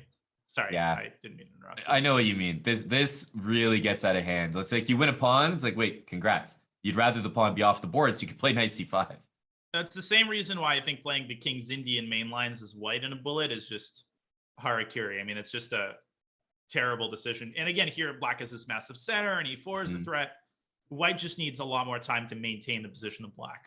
This is not looking good. It's surely going knight e5, c3, and queen d4, but it's just not working. It's not good enough. No. And look at the time disparity. F4 is going to come at some point, maybe even now. I think f4, f3 is like... e4, yeah, rook d8. The only thing MDL has to be careful about is not to overextend his center. Queen so maybe bishop a6 move. and d3. Oh, queen h6. Yeah, there's some stuff. He definitely doesn't see this pawn. Or he would be... or he would think for a little bit longer, although he might still be getting away with it. Queen h6 dc. So he got a little bit lucky there. And I don't think Fabi's going to make it happen with 26 seconds. Although he's got the c pawn. Yeah, that helps a little bit. But now he sees the pawn. Now he sees the pawn, yeah. But that was a little telegraphed. Like, why did you overprotecting a3. Right. Uh-oh. That pawn should not have been given away. No. But if you're keeping the pawn, your knight's just stuck on a4 forever, so very tough. He needs a miracle. He needs a miracle. Rook c2, and now he's totally tied down. This is not the point where you need to worry about resigning, and there's a lot of time on the clock. Okay, rook d3 doesn't queen a7. Takes f3. Oh, that's a really nice idea. Queen g3. I think he should have gone. Wait, queen b2 and queen f2. Queen c3 was. He was really in there. bad. Now he's dead lost, unfortunately. queen b2, queen f2, and white is still very much in the game. And another tough loss for Fabi. Lead back up to 3. He's shown in that last game, 2 games ago, that he can win a game. And as long as he keeps it within 3, and, there's always that chance that he wins that one game, brings it down back to 2, I think he's still in this. But if it balloons just one more in the other direction, I think you start to get pretty nervous as a Fabi supporter. Yeah, 1/3 of the segment has evaporated, and Fabi has not made any headway. And this is a better bullet choice. Black has a very flexible position here. White's the one sort of slightly overextended with the c-pawn being weak. I like this. I like this a lot better than the other positions that he's had. It's easy to play hedgehog structures. Queen c7, sort of. Oh, knight d5. Though. Yeah, that was an idea. Now Fabi is definitely in control. Yes, this is exactly what you want. D5, B5, knight e4. Lots of active moves are possible here. There's knight e4.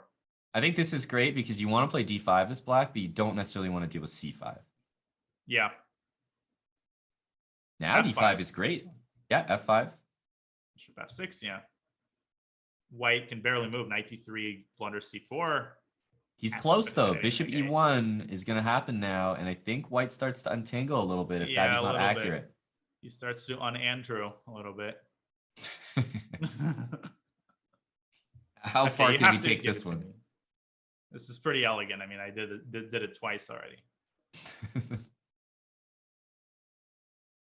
I think this trends in white's direction for some reason. Like, just get the feeling that white being able to play pawn takes and enjoy knight d4 easy play against an isolated pawn. This is a bullet dream. Knight d3. And that's why MVL is taking so much time, because he knows that if he can get out of this, he'll be able to start playing fast. Yep. Okay, he doesn't blunder a3. So definitely is aware that black can take it, but he wants these squares. This is just a great bullet move. Knight d3, knight c5. You get the activity. This is huge. Knight. I don't know about trading though. Yeah, I don't know about that. I would have left the knight on c5. Oh god, Lawrence is in white's direction. Okay, that was good. Trends. No, but definitely trending in black's direction. This is a classic good knight versus bad bishop scenario. Ooh. This is losing. Gotta throw out like h4. There's some bishop takes g7 idea if black leaves the knight undefended. Exactly. Oh my goodness. Oh no. This is the worst. Yeah. Fabiano is crushing right now.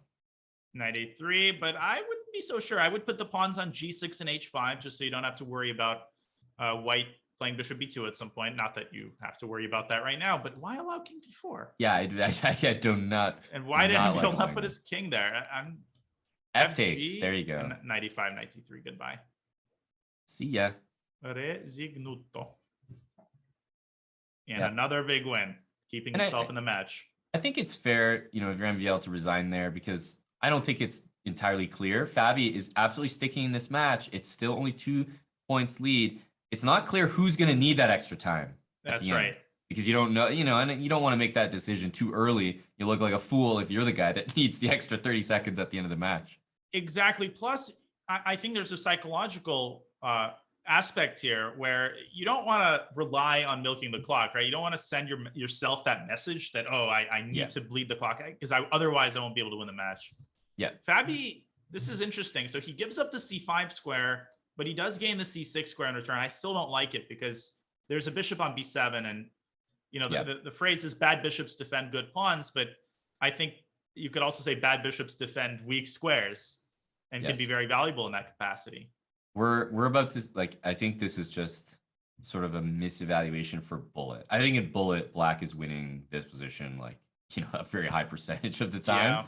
Yeah. It's just unfortunate. You can always just liquidate all the rooks. And then even if you're playing some opposite bishop endgame, you can waste so much time as well. Rook e8, knight e2, and then I think there's rook takes. Okay, I guess not. I think MBL was calculating that just now.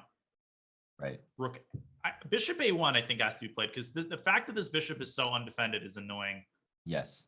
If black gets to reroute bishop c8, d7, if he could take 2 moves, as soon as that happens, black's position looks very good. Bishop a1. Yeah, it's a good looking move. Queen d8 makes sense. Sacrifices are not out of the question. Like bishop takes h5, knight f5 at some point. I would try to prepare for that with queen d1. Although rookie 8 is happening next, like no matter what. Oh god, snap. Oh no. Bad position. Oh no. I'm gonna say something mean and condescending, which is that I think Fabi, he's playing well, but he's making impractical opening decisions in the bullet segment. And that is the one thing that might be coming from some lack of experience. It has nothing to do with his like lack of playing strength, right? It's just something that it's just a sense that you get for what to play. But wait a second, 96. Well, bishop and d5 now it's going to be a draw. So strong, right? Because you could take on g6, and yeah, black was going to be in trouble there. Wait a minute, who is winning? Because d5, there's always c5. Can white go f3 g4? Is that actually? Is that good? No, because black has. Wait a second. I think he should take some time here. But you go king e6 and king d7. That's what's good. Oh yeah, h5 takes. And white always wins those endgames, right? Boom, boom, boom. Yeah. Even if you allow black to promote when you go c7, it'd still be winning for white. Yes. Yeah, you have to take this opportunity. There it is. Beautiful. Fabi with the gutsy call. Black's going to promote first, but he's not going to be able to stop white from promoting b8. Don't take that pawn. Yeah, don't take any pawns. I think that's... What? Whoa. I mean, still probably he can promote because king b7, king b8, and no, pawn on d6 is hurting black. He certainly can. Yeah, there's no question about it. But king b8, yeah, it's winning. I mean, MBL has to take on c4 and take on a4 and hope for the best. This is an instructive, actually. This is an instructive idea. I think a lot of people stop calculating when they realize that the opponent promotes first, but this actually happens quite often where it really does. Because of the pawns, you can't, even though you have a queen, you can't stop the pawn. Beautiful. Now h6, there comes the other pawn. Yeah. And queen g7. Wait a second. Oh, how do you get out of this? Oh, queen a5, king b8. Oh, wow. He's a genius. That's awesome. That was amazing. And it's over. Still no checks. And it's a 1-point match. Yeah, the amount of technique, the amount of technique required there. I mean, I just can't really convey in words like how nice that was, but that was really beautiful, especially against a guy like MVL who's pulling out every trick in the book to try to draw that. If you're looking for ways to improve your endgame knowledge, review that game. Just mark it down and take a look at that after the match because that was amazing. I know it's a bullet game, but this just shows you why these players are special, that they can produce something like that in a bullet game. Mm-hmm. All right, 11.5 to 10.5. So Fabi is doing what needs to be done. He's shrinking that lead. Amazing. Robert, Fabi playing the French, changing the locks. So toxic. And knight b4, this is another nice opening by Fabi. Takes queen b6, bishop b5, easy game. So easy. Queen d2, bishop b4. Oh, what a gross b4, move. Bishop b5, and c3 is weak. Ugh. Bishop a3, almost. Yeah. Oh my goodness, he's all over him here. Bishop d3. So annoying though, right? Bishop a3, bishop c1, bishop b4, bishop d2. It's like, all right, dude, screw off. Like, right, exactly. Get. Let me do my thing here. I'm better. Just let me be better. Yourself out of here. Knight f4, but in comes the knight to d3. Although somehow MVL is holding everything together. Yeah, somehow that got very unimpressive. Maybe, yeah, now Fabi is burning tons of clock trying to find that killer blow, and apparently there is none. Yeah. Uh-oh. It's almost like Maxime is good at bullet. I would have maybe considered bishop takes f1 before knight g6 because I'm just a little concerned about the endgames. It's just like one of those things that I always say, right? We've been talking about how endgames are so common, and once again, you have a light squared bishop that might look really poor if the rook and queens disappear. Indeed, and even if you park the bishop on e4, there might be knight g5, and this might be more trouble than than benefit, because knight takes e4, f3, and 14 seconds for Fabi. Correct. This looks takes a knight c4. Uh-oh. Now you're going to lose at least a pawn. Yep. The one thing that works for black here is the d5 square, but that might not be enough to counterbalance. Oh, knight f5, nice move. This is a good move. It's going to get double-edged here, but I think black survives this. It's not the worst. The back rank being weak was preventing him from taking on e5 there. h5 is a great move. h4. Yep, I like rook the takes rook takes f7, Rook but that's takes not so d4. dangerous.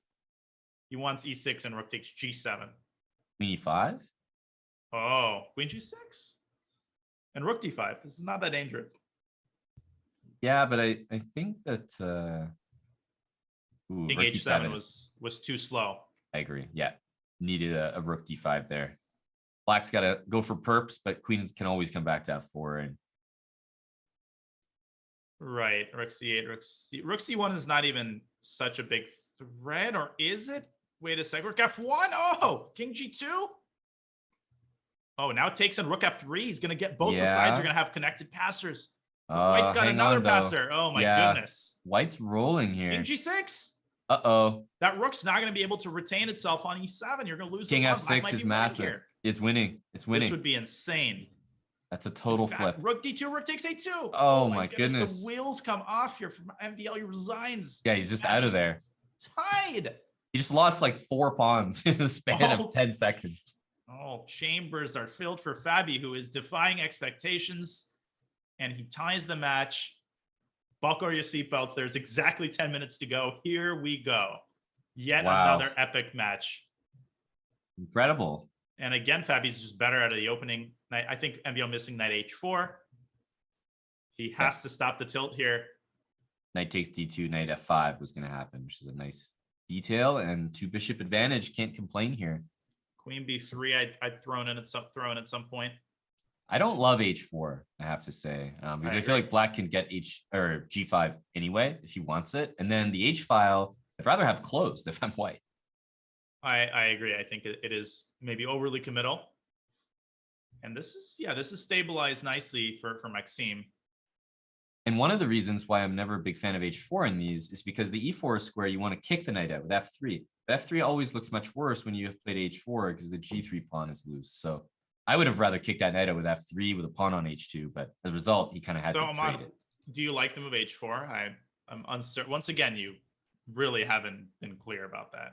I think I could live without it.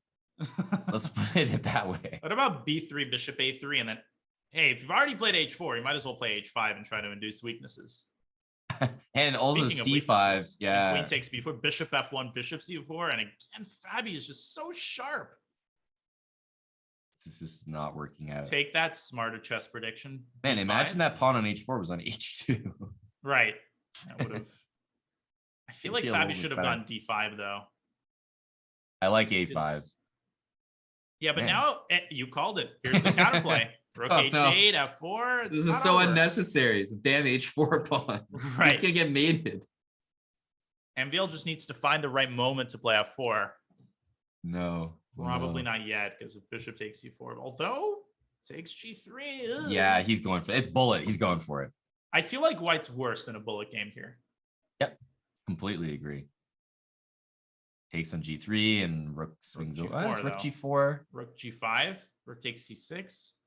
Gosh. Yeah, and then you take. But white's going to get mated in the end. Correct. Yeah. Black's king is actually ridiculously safe here for the time being. Man, Queen f4 is so tough to look at. Like, I don't know how. Queen e5 he wants. Life-saving move. Oh, what a move. Queen e2 is so cold-blooded. But still, check. Rook somewhere. Queen h2 might have been a little bit hasty. Rook h4, rook f4. Oh my god, rook a3 is so good. Finding so many defensive moves here. That's an amazing move. Well, rook f3. And you can't do anything. Wow, this might be a draw. Oh, bishop h4. Oh. You could what's probably... the threat? Yeah, just queen e3. Yeah, and queen e5. Queen e5 if he wants it, but I don't think he does. He wants to keep the queens on the board. Gutsy. Rook takes f. Must be something. Rook f7, bishop d5.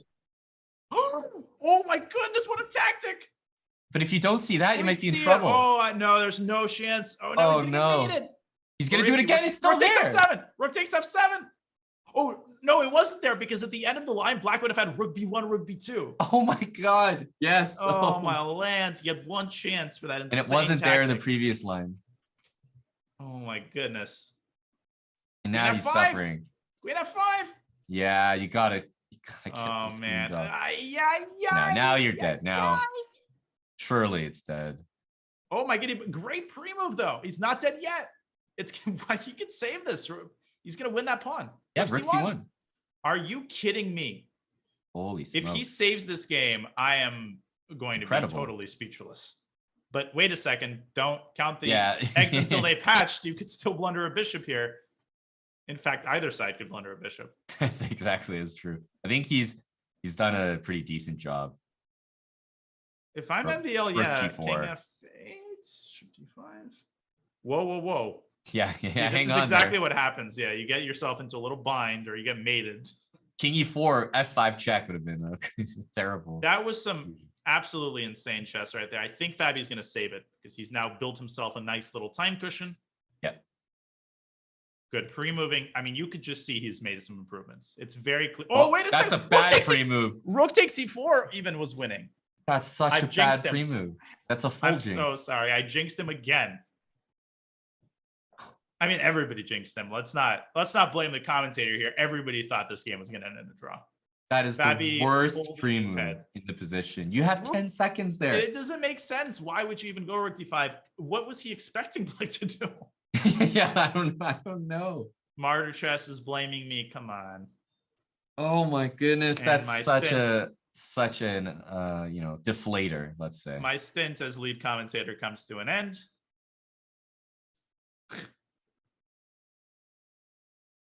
Ouch. Now Fabi has to put that behind him. Another French. And that took 5 minutes off the clock. So he basically has to win this game. Yeah. Yep. I would say that's probably true based on how long these games have been going. And if one of these players, sets it as their goal to take time off the clock, I think they could probably do a pretty good job. Well, the Smarter Chess prediction was 6.5, 2.5. That's not happening. Yeah, so exactly. I think Smarter Chess is feeling very smug right now, but I don't think he should be B3 by Fabi. I think I like the I like the move in general. Great practical decision, although it's probably not going to be enough. Yep. Might as well play A4 and just throw everything. We've seen success with tossing pawns. That's one thing. Bishop E4. Yep. H6, MBL's turn. Bishop B6 is now sort of a threat. I don't know. This is looking shaky for Fabi. Knight D4. Although 3.5 minutes now, and time is ticking. He could still afford to lose this game and have a chance, but that's such a nasty move. He might be thinking about resigning. Actually, I know it sounds crazy, but if I you would let another minute elapse. That's bad. Yep. I think he actually maybe should resign. Then you'll most likely have time for one more game. And obviously it's a must win. Guess what? I mean, the game itself is not over. So it's this weird calculus, right? I mean, is it totally lost? No, it's not. No, it's not. It's almost really worse for him that it's not totally lost. This is like the equivalent of, just trying to decide whether to go on a fourth down. Like, damned if you do, damned if you don't. Yeah.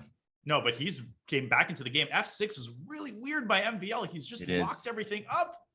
And I like that trade in Bishop F5. It feels like you can get some good stuff going. Now Fabi's in too deep. Oh, wait, takes and queen H1 wins, and Bishop takes C2. But then wait a second, queen takes C2. Oh my goodness.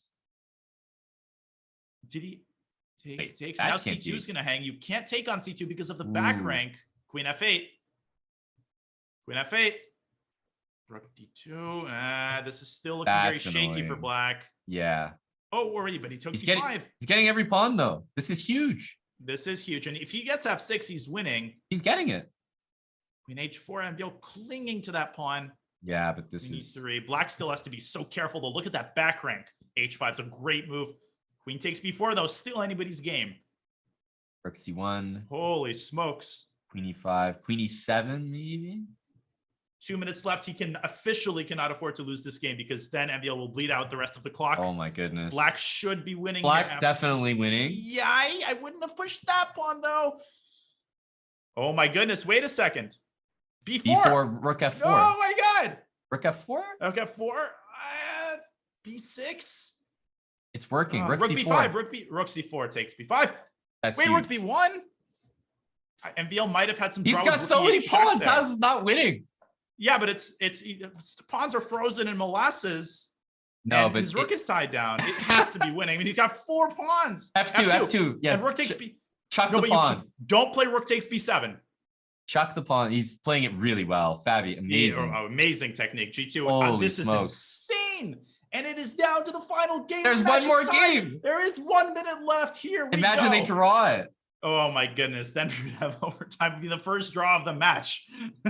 That could not have come at a better time. So clutch. My goodness. Fabi under pressure. That's not something that you expect from him necessarily in the bullet, where MVL is supposedly the favorite, but Fabi is dispelling the rumor. Literally on demand. Fabi with the white pieces here. They are again repeating this weird Grunfeld. I don't like the way White has arranged the bishop. Yeah, it's literally colors reversed. Maybe H5 here. Bad move. Right. I think MVL is going to learn. Yeah, Queen C7. This is relatively tame. I think it's H4. Fabi hasn't learned an H5. Oh my goodness. These guys. Just amateur hour over here. Still peaceful. Nothing much to say here. Knight F6, maybe going to E4. And C4. If C4 happens and the queen side opens, that could be trouble for black. The C6 pawn is really weak. Yeah, I think as black, you want to play E6 and let it happen. But this is getting scary. F takes C5. And white's definitely better. Double on the C file. No question. MVL's actually in huge trouble here. He needs to be very precise. Maybe go C5 to chunk the pawn. Fabi not even taking it, just goes D5. That's a killer move. It really is such a good move. Slide into H6 at some point and E6 ideas come in. Look at the time management. 57 seconds for Fabi. He's playing so confidently. I think he's rerouting his rooks. A little bit. Rook back to C1. No, he wants rook F4. Wow. D6 or E6. Oh, bishop C4. This is Dude, domination. Fabi is improving his position every single move. It's beautiful to watch. And MVL's basically decided just to force. Oh, rook takes F7. Rook F7. It's over. It is crushing. No, he takes D6. Just a couple more accurate moves required. Time is up. This is the last game. He's got 50 seconds. Okay, Fabi needs to slow down here. Yeah, F3, he needs to relax, man. He's got 50 seconds. Slow down. Because if MVL can get his rook to E8, if he can cover the critical scores, Queen G5 was very sloppy by Fabi.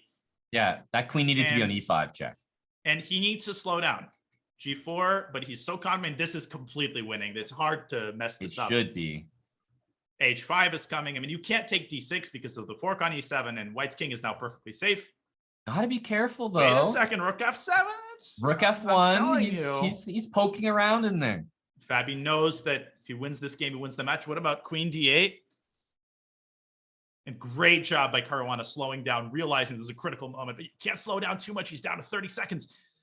Oh my goodness. King G3, King H4 is possible. 25 seconds. You almost now. think of D7 just as a practical move, like to get rid of the threats for a moment. But for a moment, the bishop's coming back to C6. 20 seconds for Fabi. Oh my goodness. This is actually not over. Rook F E7 and Bishop C6. He got this move makes sense, but Queen E5. But now he pins King H7. You can't play Rook takes D7. Although Rook F2 check. What the hell's happening? Rook F2, King G3. Oh, who's winning there? Fabi has to calculate it. 16 seconds for him. Will he take on D7? Is that winning? He's calculating it.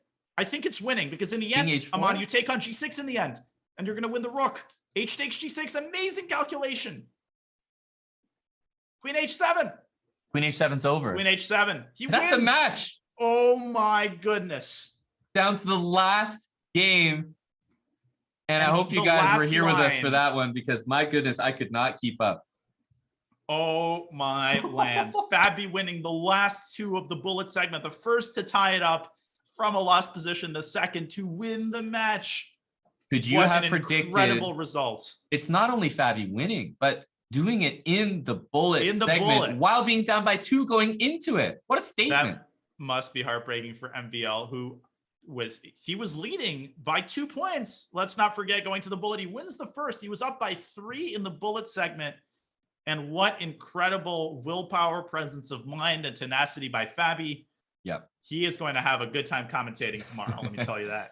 And he has won the match officially 13.5 to 12.5. Just a nail-biting finish. And I know the players' adrenaline is probably an all-time high, but We don't care about that. We're going to get him in for an interview, guys. So stay right where you are. I mean, edge of our seats, but let's all collect ourselves. Daniel, we're going to take a break. When we come back, we are going to get the players in here for an interview in this SCC presented by Coinbase.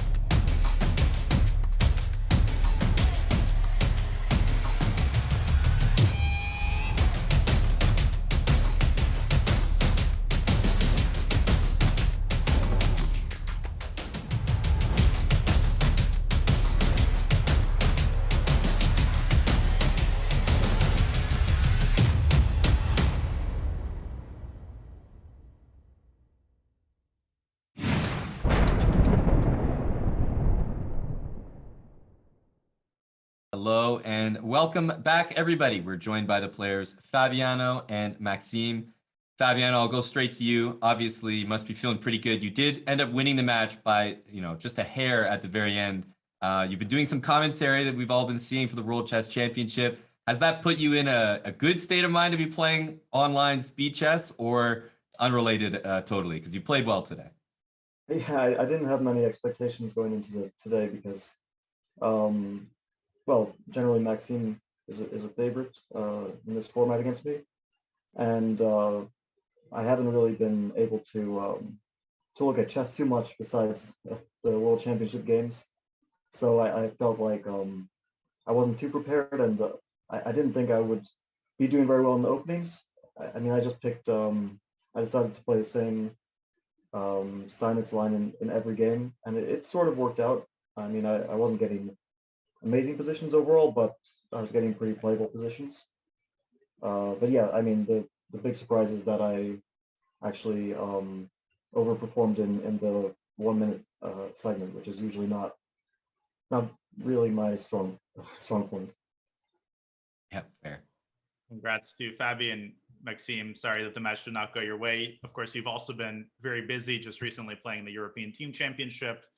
What are your overall thoughts on the match? And do you feel like a lot of classical chess put you in the right frame of mind? Sort of same question as for Fabi, or do you feel like it kind of tired you out? Oh, first of all, of course, congrats to Fabi.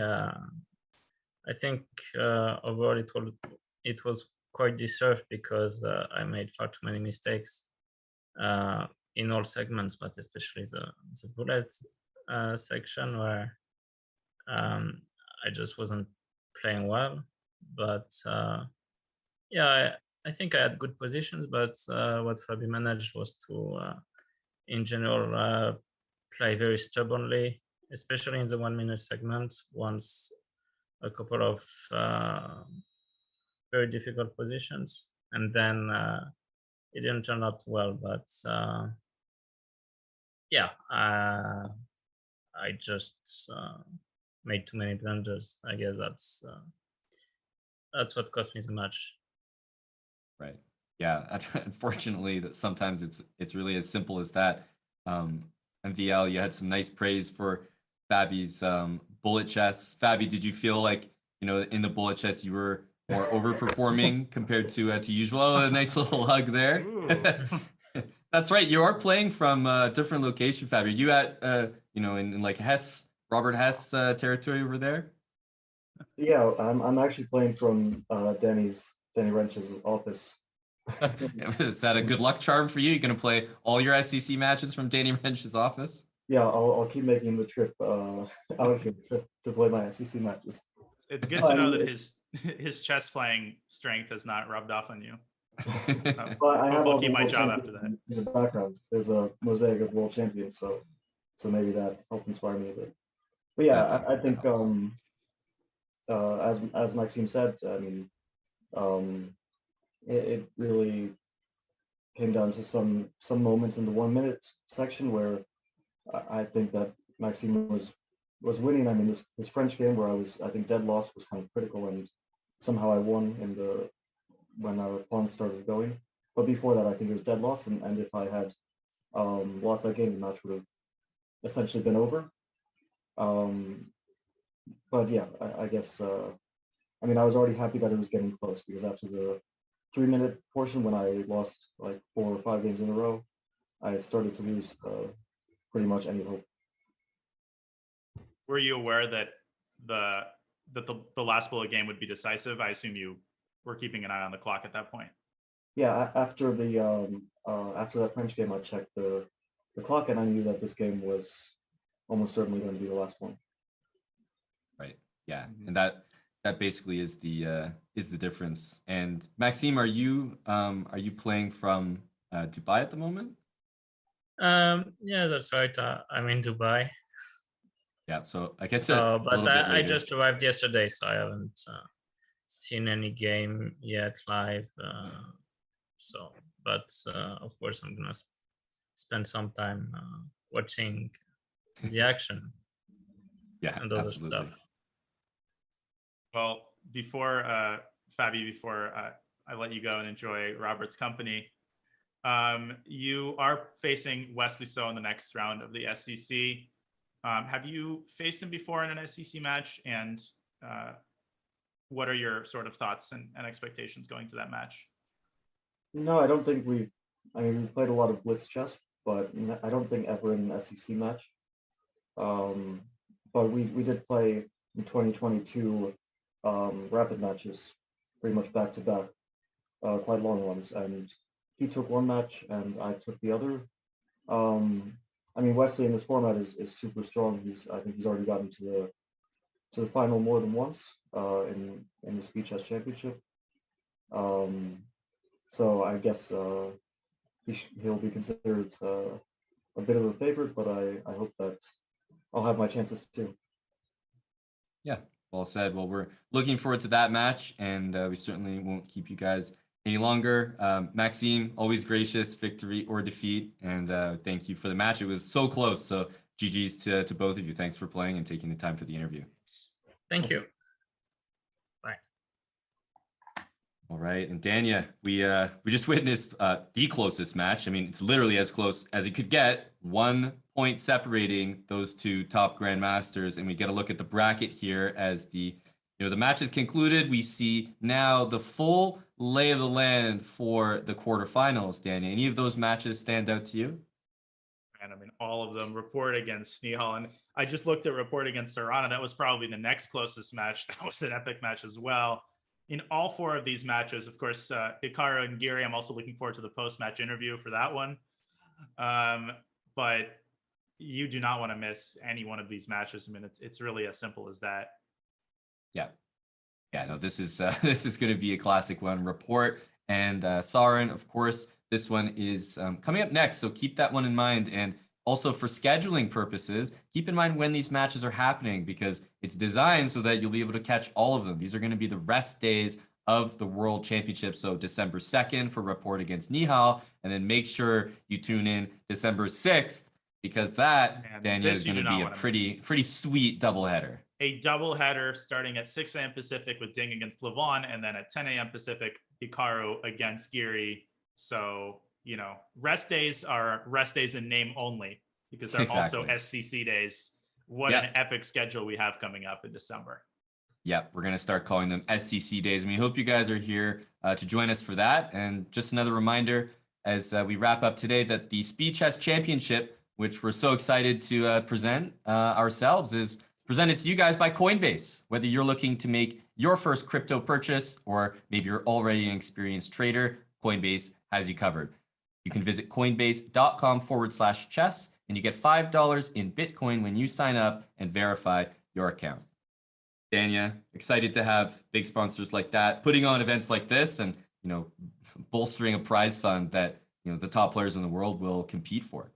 Absolutely. Another epic match in the books. I don't think it's too far of a reach to call this an upset. Fabi outperforming Smarter Chess's expectations, coming through with an incredibly clutch bullet performance. This was so fun to watch. And as usual, those 4 hours went by in the snap of a finger.